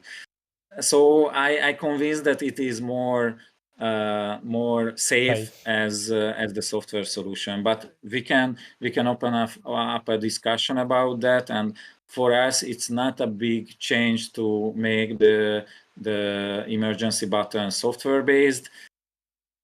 But I'm not sure if it is the What best way. about having both options? Because not everyone might know, but there's button headers inside the USB hub, and those can Oh, that's trigger. an interesting idea to Yeah. have two kind of emergency stuff. Of course, there is an emergency button on the phone but yeah, I understand that it's not the best. I'm in VR. I can't see But my there is phone. So a button where you can yeah. stop the device. But of course, you don't have this stuff. Oh, okay, one more stuff. What I wanted to develop lots of time, and maybe now with Infuse VR we will do it, is that if you take off your headset, then it can be an immediate stop. Yep, that would be Uh, cool. Yeah. so I think that would be a great solution, and with Infuse we can do it easily. Would that, I mean, that would be really cool. You take the headset off, it puts you to park. It'd be nice if you put it back on, it put you back in the right position in the game. Because That's automatically. So if you yeah. turn off or if you take, I don't know, turn off the device and you are playing, and after you turn on again, then it will go to the actual position. So it would immediately solve this issue. Yeah, so we can do it. It's a good feature idea for Infuse VR. Yeah, that would be awesome. I can see myself playing a game. Oh, I need to go to the toilet, take the headset off, park, go, come back, put it on, straight back up. It would be great. Yeah, Yeah. it's sounds very good. Yeah.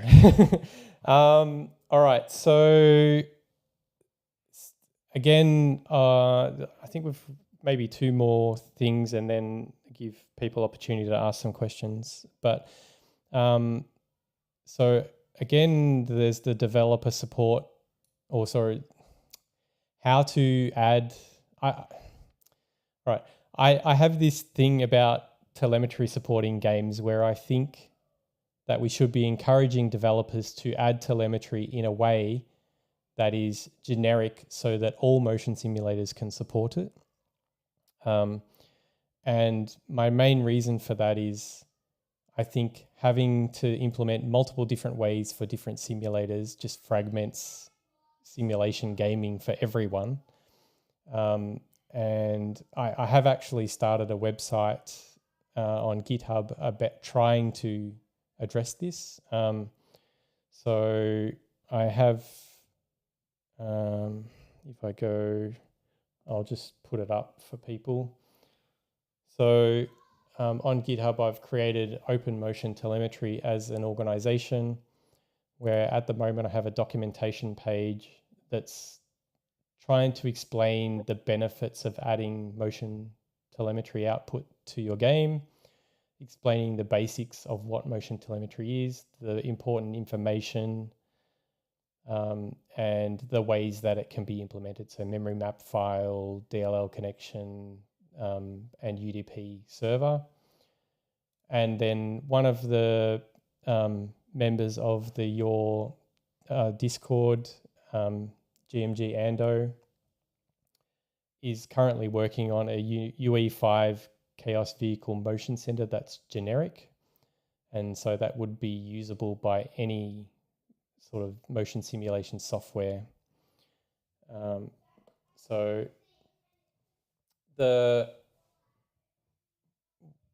it's a problem I'm trying to solve because I want it to be something that is usable by all developers.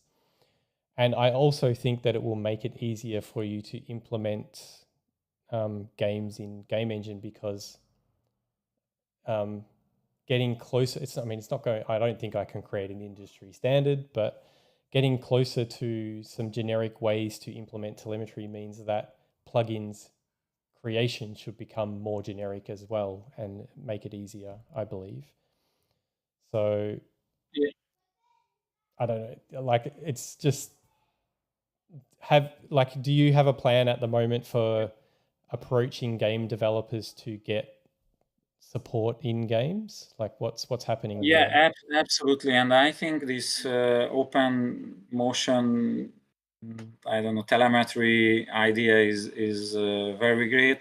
I was hoping when the OpenXR standard was developed that it will be part of the OpenXR standard.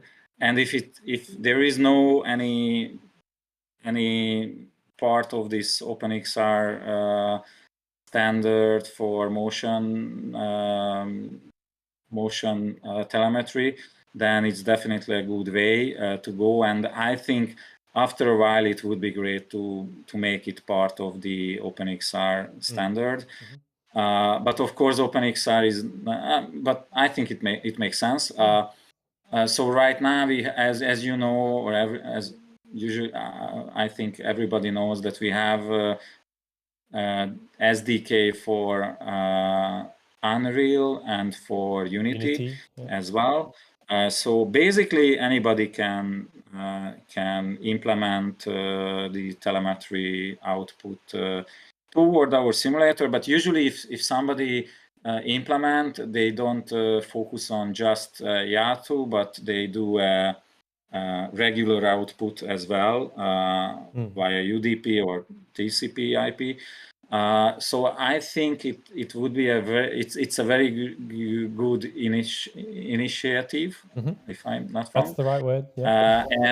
And we will support you on every front as we can. So Thank you. So I'm very happy to help you to make the basics or the most important features or define the most important features of this standard. I think it would be great to make it easy to implement, not just on the developer side, but on the manufacturer side as well, because I'm very sure that motion simulator manufacturer also can adapt their solution to this standard. But it's not a very complicated stuff. So the software developer should just send out as many data as possible via UDP, and we have to be able to catch it up and use it. So the tricky part is the connection, build up the connection. But if there is no any connection feature, you still even can use a manual connection by IP addresses. So I think it's relatively easy to technically relatively easy to make this stuff work, but somebody could do the documentation for that, and I'm very happy if you started. Yes, we connected many game developers in the past, and we are still planning to do that. But usually the answer is that okay, I can do it, but please send me a simulator to do it. So we have at least 5 or 6 developers in the queue where we should send a simulator, and we expect we will get some support, telemetry support from them. Mostly they are Quest 2 developers. And I already mentioned to many other PC game developers like Elite Dangerous and Microsoft Flight Sims and so on. So everywhere we could do, we just offer them that okay, if you make your device compatible with ours, then we send you simulators. But usually, for example, with Elite Dangerous, we couldn't. Elite Dangerous won't do it. I can tell you. Read them. No, Excuse me. I submitted telemetry as a bug tracker issue that got into the top 10 when they released Odyssey, and they said that we'll investigate it. And then I found out later, like recently, about a month ago, they closed the ticket and said we won't implement telemetry. So I don't think it's ever going to happen for Elite Dangerous, unfortunately. Yeah, I don't really understand why.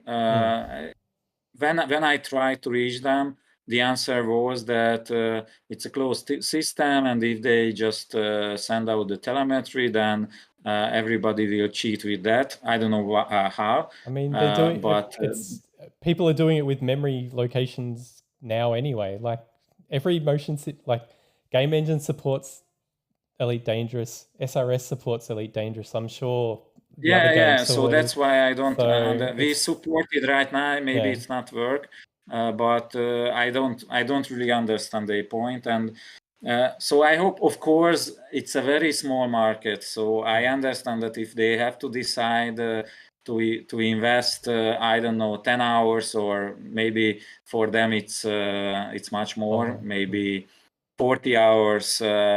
To make telemetry output possible, or to develop another feature which can help to sell more software.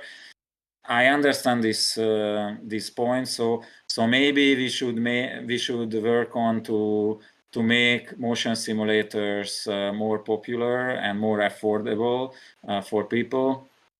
And then if there is a critical mass, then maybe they will move onto this direction. But I'm sure telemetry is not just great for motion simulator, but it's great for cockpit builders and stuffs like that. So I'm sure it would make sense.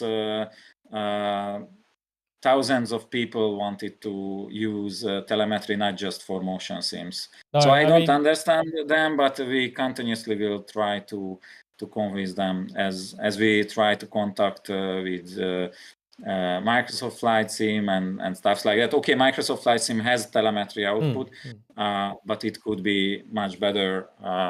So we wanted to contact them. Well, I mean, I believe Elite Dangerous is in the plateau of the least active users ever at the moment. So I agree. I totally agree. So I don't understand. Yeah. And Pico Francis just said Kayak VR. Well, I did actually get Kayak VR to implement the YAW SDK in a beta branch. So I'm hoping that I will be able to get them to pick that up again at some stage. So that would be awesome. I heard about that, and I think it would be a natural step for Kayak Simulator, because it would be. I am very curious. In the demo that I did in the YAW 1, it was very good, and there was just a minor issue that I wasn't able to figure out when I tested it. I have a live stream of me testing it, and I don't know. I've tried to contact them again, and they haven't really been responding. I assume they're focusing on sales or other projects now. But this is really what the whole idea of the open, and I don't know what's the best name, but the open motion telemetry thing is really have a resource that makes it dead easy for developers to implement telemetry output. And absolutely, it would be so for a developer it would be just I don't know, 1 day development. So it's that is a little bit what is a little bit frustrating, that it's so easy to send out. Of course, I know it's not that easy, because there are lots of implications if you want to try to build in a new feature, because there is UI issues and stability issues and I don't know, network stuffs and so on.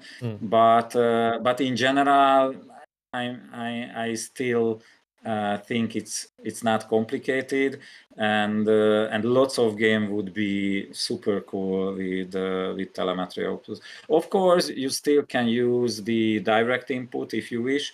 That means you can use the joystick input and but for something like, with that. Let's say Kayak VR, it's the rocking of the sea. You don't get that with joystick input, so you can't emulate that. You need real telemetry output.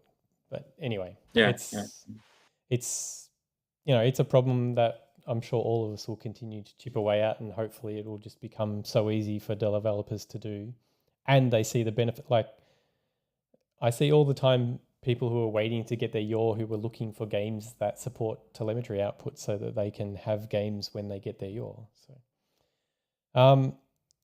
we on Quest we are in contact with big titles, but but now we have to wait a little bit until we can send the devices down. Okay. Well, that one of the other development teams that I had contacted previously was hang on, I've got a screenshot.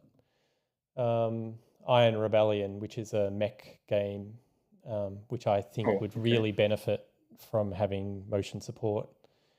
I think that's actually, I spoke to the developers, and I think I mentioned to Salt just before the call about he had a contact who goes around to conferences with VR setups to show people, to demonstrate stuff to people, and they believed that it would be worth their while to implement that if someone was showing that at conferences with your machines and could demo the game with motion, that he would be on board to do it in that scenario. But at the moment, right now, not unless there was a better reason to do it. So unfortunately. All right. So the one question that's been asked multiple times, maybe by the same person, but for the Kickstarter backers, what is the current plan? So obviously it's about getting enough money to start fulfilling orders for backers. Is there an easy sort of point that you can see where you can start, or have any units shipped to backers yet? Or is there do you have a clear point in time where you'll be able to start shipping units to backers?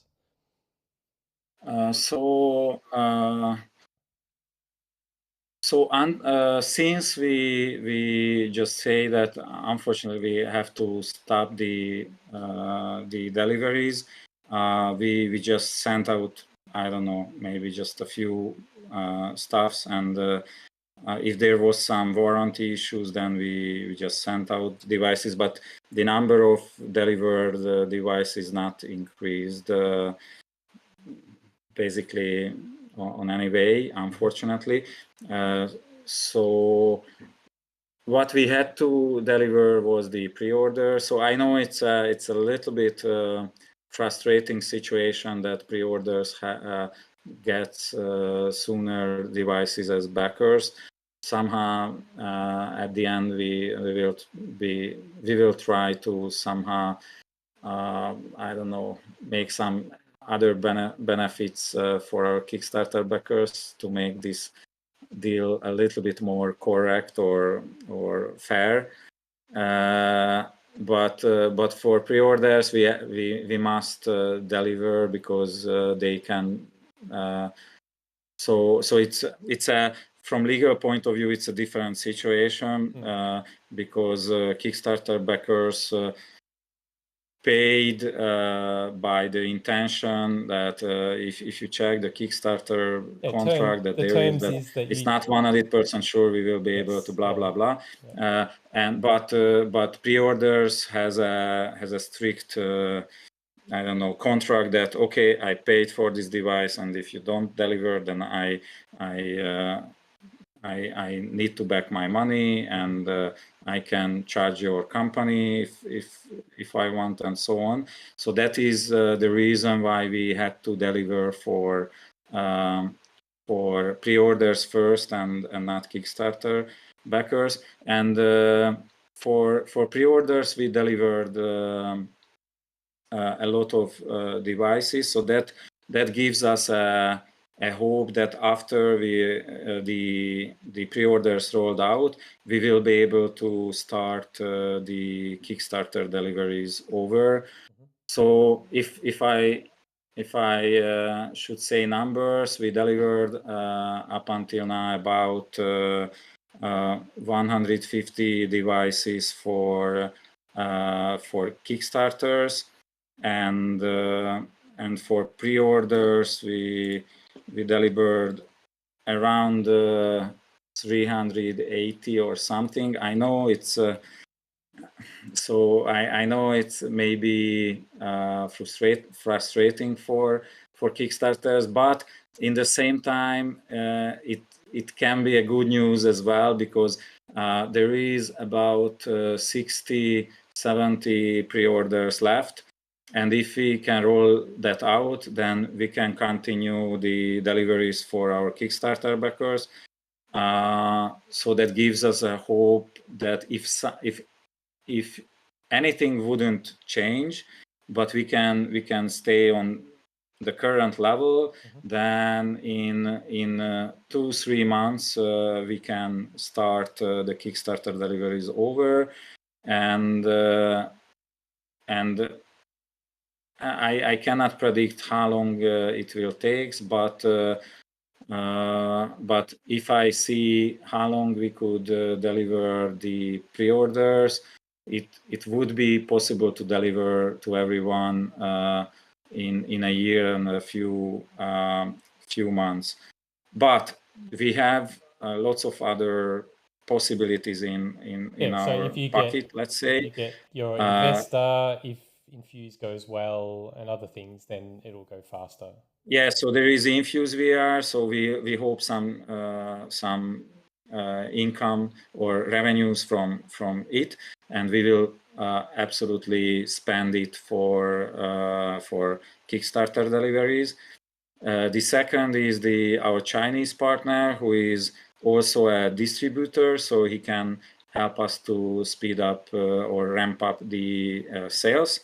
And it can also help us because if we count right now, because we have some warehouse, some collection in our warehouse.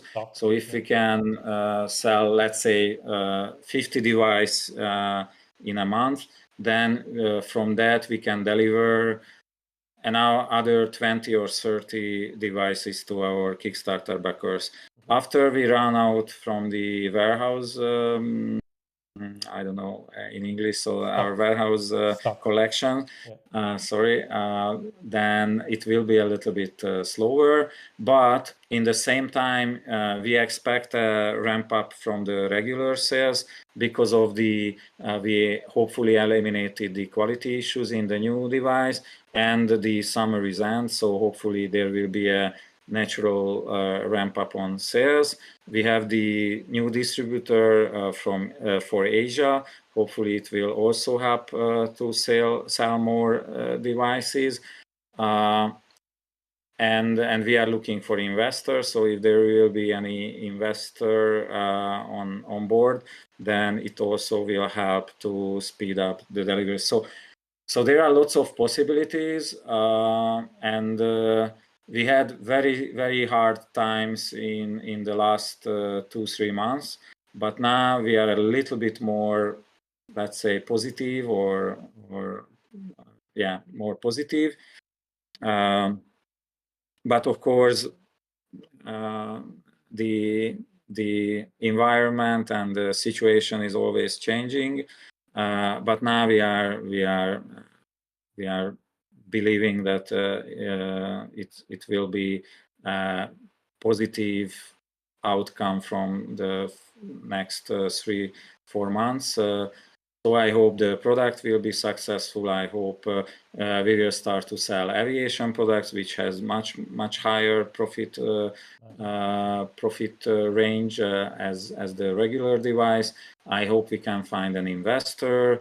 I hope our Chinese distributor will sell a lot of device in Asia, and so on. So there are lots of possibilities. So are you is production numbers per, like you were hoping to get up to 300 units per week or something at some stage, I think it was. Is there still like are you at the moment, I assume you're still producing in Hungary. Yes. Is that I mean, we've kind of covered it earlier in discussion. So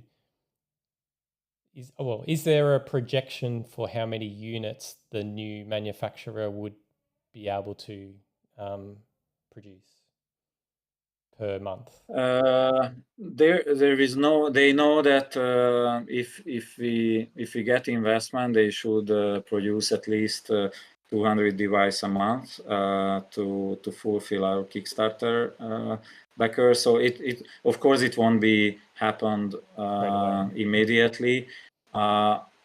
Right now, our capacity is around 40 devices per month, which is quite low because we have to keep low the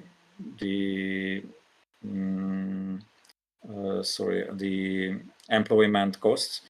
But of course, if the sales will goes up, then we can just increase the capacity. So the theoretical capacity is around 240 devices in our current manufacturing firm or place.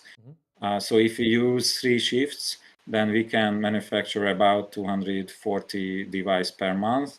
Right now we have just 1 shift, and they can produce about 40-50 devices a month. I think the Chinese partner would have at least 200 devices per month capacity. Okay, so really the key at the moment is reliability issues, which will probably help increase sales.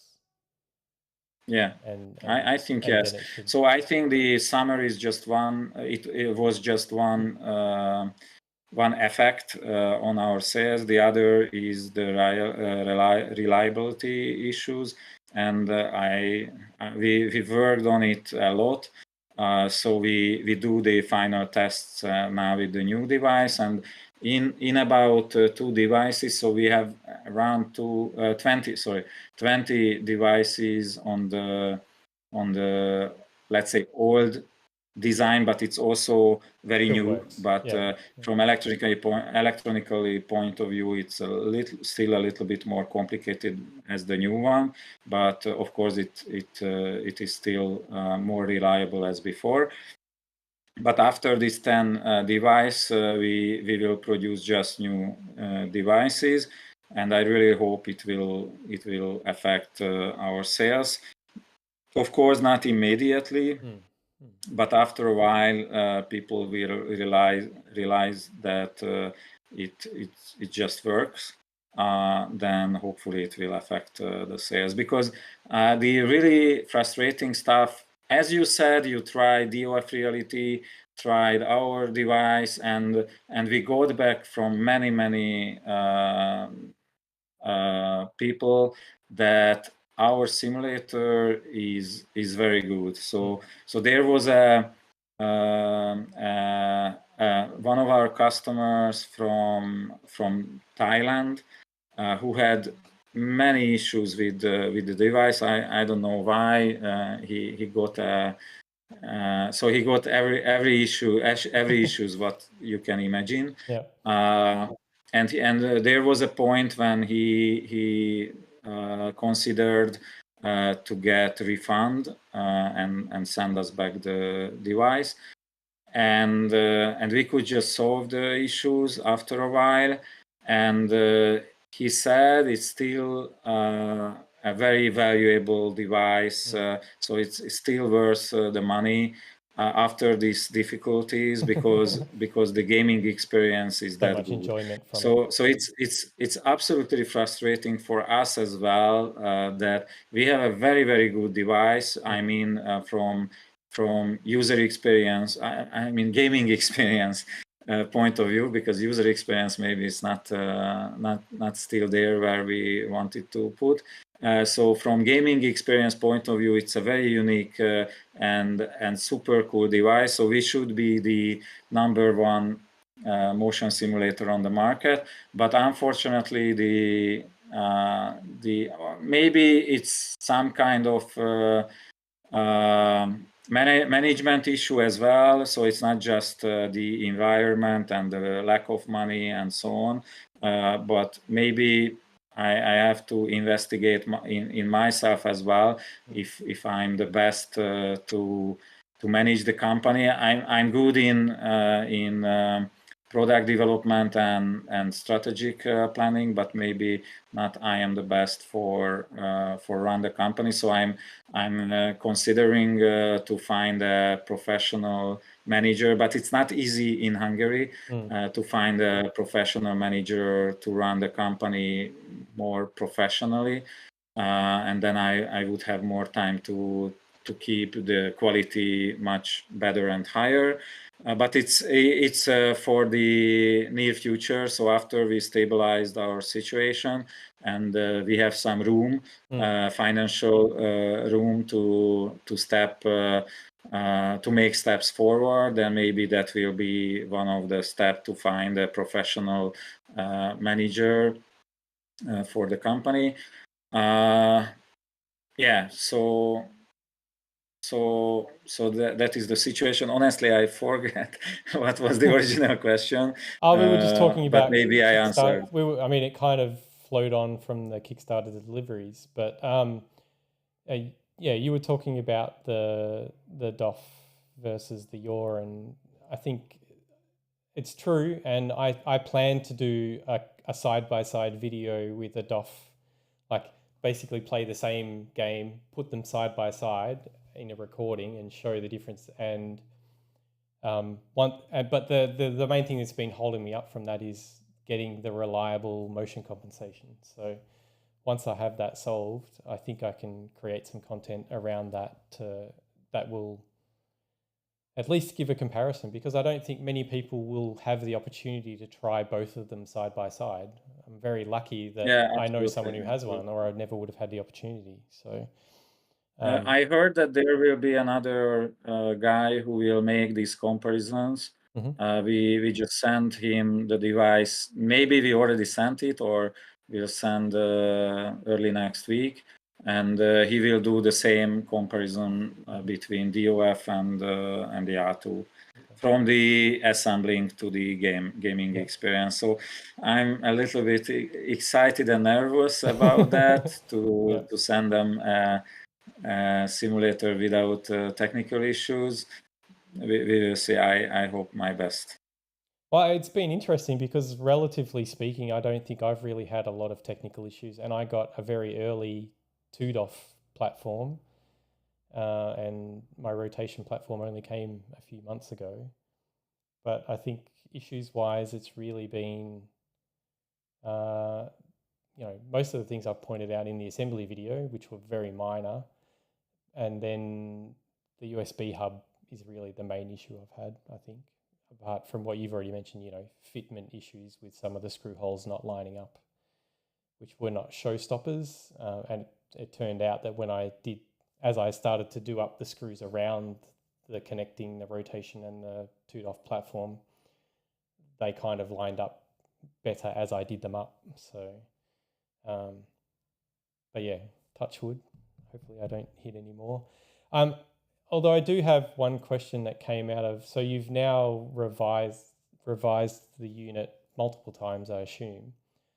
What's the plan for, if, let's say, someone like me who has quite an early revision, if we do run into issues, what's the plan for how do you plan to manage the old versus new hardware?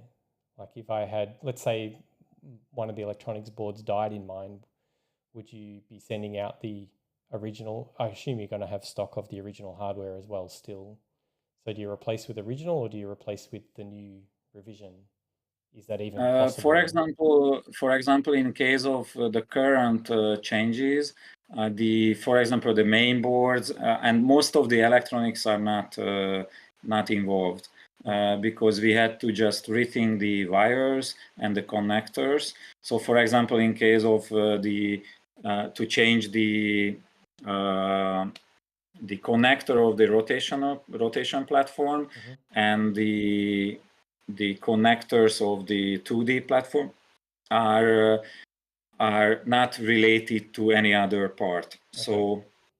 So it's easy to, so it's compatible with the old one. Of course, not everything compatible. So in that case, we have to, so usually nowadays we are still sending replacement parts for our YAW customers.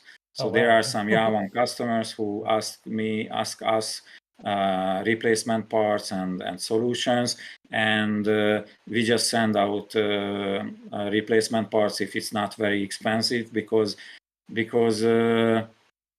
our main goal is to have satisfied customers and not I don't know. So I don't like if there is a, maybe that's why I would need to find a professional manager, because I can't ask money for, I don't know, for a small piece of part which is not which is cost almost nothing. So we still, if the warranty is over, we still try to find a solution for our partners, and there are lots of examples when we just find an old piece of part and we didn't ask any money for that, but just send it out to make the simulator work again. So that is our approachment, or I don't know, how can I say, for these questions. But still, if the warranty is still valid, then we do the best to make your device working. And if it's necessary, we send you a new one if there is no any other way to fix it. So we agreed this at the beginning, and we stick to this agreement. Well, I mean, I can tell you that, I mean, I can see you're questioning yourself about the, whether that means you should be finding a new CEO, but that behavior of dealing with customer issues, I had some small issues with my YAW 1, and it was precisely the response I got was the reason that I was happy to back the YAW 2 on Kickstarter. So there is a return on investment from doing that. Yeah, that's absolutely agree. But of course, a Kickstarter backer who didn't got his device yet could absolutely say that, okay, guys, it's very nice that you are cool guy with others, but please be cool guy with us, and please spend money on us, not just on old customers. So yeah, it's it's a balancing game. I hope one time we can deliver all the Kickstarter devices, and it will be just the, I don't know, record holder of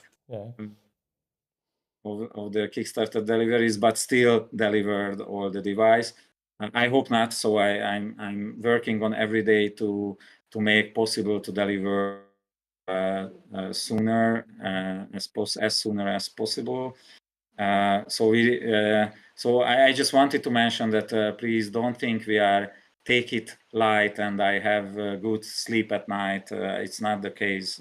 So I'm with this issue every day. So we do the best to make delivery. It would have been easy to give it up a few months ago, but we want to. It would be very a shame if with this great device we couldn't somehow solve these issues and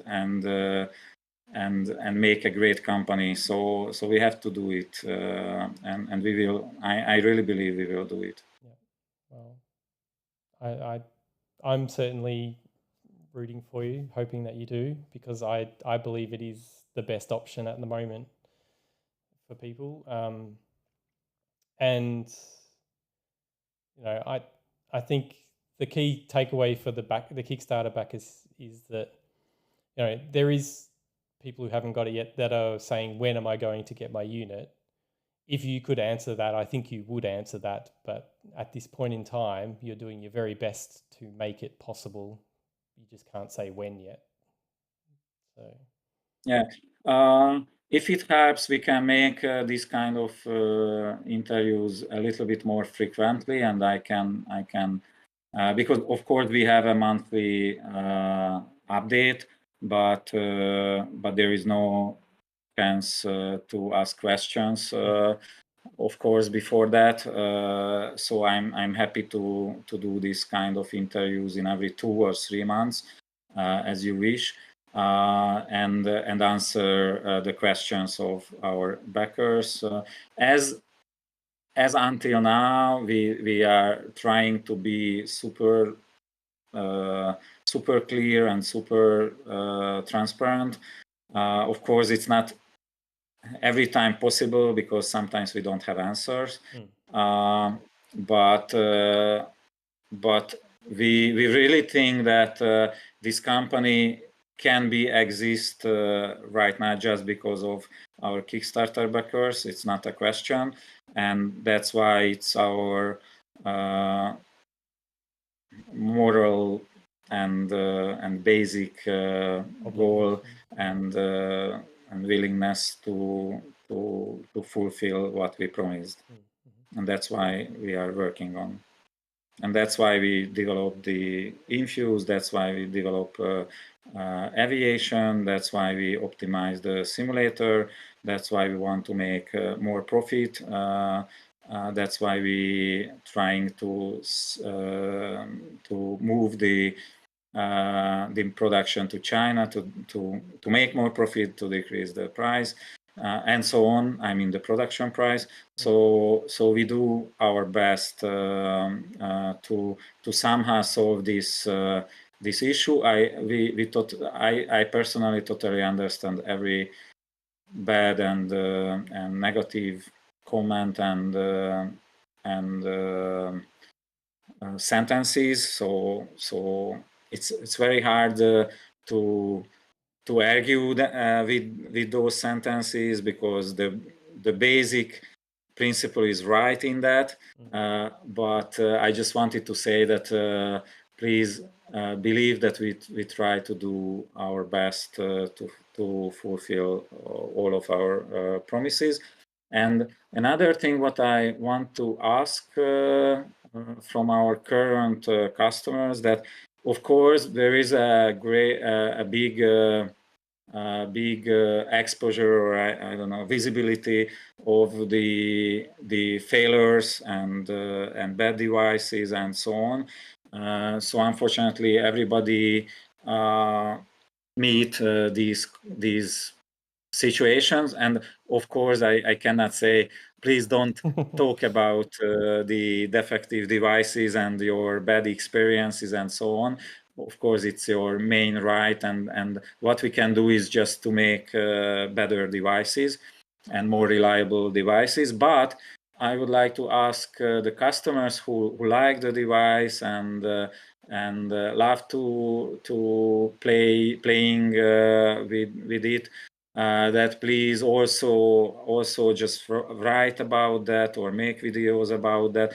So it would be great not just to see the bad and defective devices. Of course, it's also important because we learn about a lot, and I can contact the people who has issues, and we can help them, and not just help them, but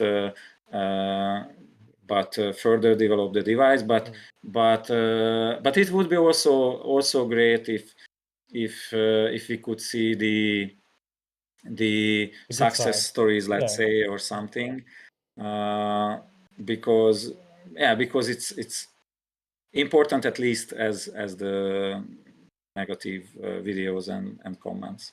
I think it's very important because, as I said right at the start, we only really see the people that are having trouble for the most part, and there clearly is people who are having a good experience with it, and we need to see it so that everyone else can see that it's not all bad news. There was, I think, one or two other questions. One was around someone asked, as a backer who was willing to pay the additional to get their unit, how soon, like he said he had said or indicated that he was willing to do that, and he wasn't sure how soon you should be receiving I really hope in 1 or 2 months we can start to open up this list and start to delivery. Yeah, it's close. I think it's close. I cannot tell exact date, but it can be happened in a month, even in September. I hope we can start, but I cannot promise it. It's depending on our August and September situation. But in 1 or 2 months we see a very clear and good chance to start the deliveries again. Okay. And then there was also someone who asked about when, so people who have asked for refunds also in Kickstarter, what's the plan there? I mean, as I said, yeah, it's technically you don't have an obligation immediately. to do this, So sometimes for us it's more affordable to send to give a refund as to deliver the device because of the high cost of production. So our main interest to open up this refund list as soon as possible. So I cannot promise anything. So I think around the end of this year, if everything goes well. So I don't know if just the don't promise the anything. Infuse is how can I say huge success, is exploding, yeah. and we got lots of money because everybody wants to, I don't know, 10,000 people will buy, then we immediately can start to deliver the Kickstarter again and to give refunds. In that case, the refund is easier for us, but it's still ashamed if we have to give a refund for Kickstarter, but still better than give nothing. So if we can access any success with the new product or Aviation or even YAW 2, then we immediately can open up this stuff.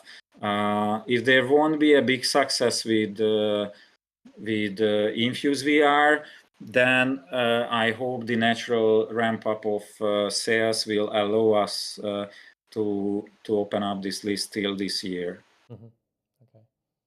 Yeah, I mean, I mean, as you said, you don't know for sure, so there's no point in promising a time or trying to guess a time. But again, as I've said every time, it's clear you're trying to do the right thing, to me anyway. And fingers crossed that everything goes well with the things you have in the pipeline, like Infuse and the China investor and so on.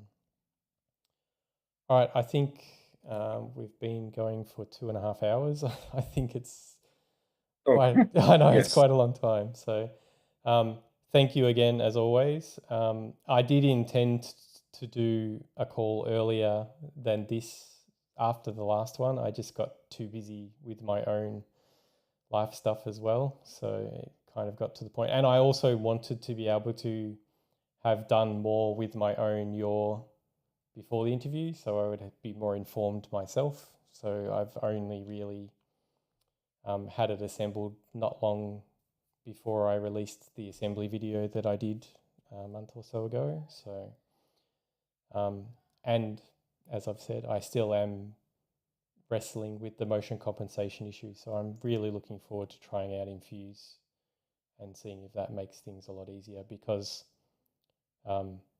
I've got a Valve Index and I've got a Quest, and just using the Quest with no limits, it was definitely much better not having a cord getting wrapped around my neck as I turned around. So yeah. All right, is there any last minute questions from anyone? Is there anything that you think I haven't covered that you'd like me to ask, or do we all deserve a rest? All right, so sorry, there is one question there. Can you raise money from the Gravity platform? Like, is the Gravity platform far from complete if everything was in a good position at the moment, or is there still research and development required? If we would have money, then it would be very close to. Very close is relative. Subjective, yeah. So we have a prototype which is not perfectly tested yet. So we have to but it looks like a final prototype of the platform, of the Gravity platform. But we couldn't test it yet. So because we focus on other stuffs because from Gravity we don't see a big potential income before we couldn't finish the YAW perfectly. So until that, there is not makes any sense to dealing with the Gravity platform, because it can be used just with YAW. So first, our first task to finish YAW completely and make it reliable, and then we can focus on Gravity platform. So it's there at the manufacturing in our headquarters. We should test it. We will test it very soon because I want to see if it can work as a demonstration prototype or not. If so, then we are close to make it final. But if not, then I cannot. I cannot see when it will be completely ready. So, but after we finish the three main product, Aviation, YAW, Aviation, and Infuse, then on the list there is Gravity as a potential new product. Even because it would be awesome for our aviation product for helicopters. So we see that in aviation, our device is absolutely perfect for helicopters. And if we would have an up and down platform, a Gravity platform, then it would be the best solution on the market without any doubt. So, and even with our hand recognition stuff, it's still even better. So yeah, Gravity platform is not a help for long term on any way. Maybe for long term, but it's still not the Saint Graal. I don't know if it exists in English. So it's not. It won't be the ultimate solution for us. Okay. All right. I think that's enough for now. I'm getting tired. Okay, but as I told, we can do it more frequently, and then maybe it can be a little bit shorter because there is no that much questions, and yeah, I'm open for it. Yeah, what might be good to try next time is that maybe we do a call, but have people in Discord submitting questions or something. There's a lot of time involved in collating all of the questions that come in and trying to bring it down into something that's easy for me to deliver as questions and so on. It would be nice if there was a way to get a more direct feed of users, I think. So, but anyway, that's we'll figure it out. I think making them more often will help with that as well, because we should get less. But also, I think no, it's all right. That's fine. I'm starting to ramble because I'm getting tired. All right. Well, thank you again, Zol. I really appreciate it. I'm sure the people who are in the live stream chat are appreciative, as they're saying thank you as well. And I'm sure those who watch it later will be appreciative. I always appreciate how honest and upfront you are and how candid you are with your responses. So thank you. Thank you. I also thank you very much. Thanks for all of your patience and understanding. And I hope in the next interview we will have some better news, and we can talk about a brighter future. All right, I'm going to end the stream now. So thank you everyone for joining, and we'll see you next time. Thank you. Bye.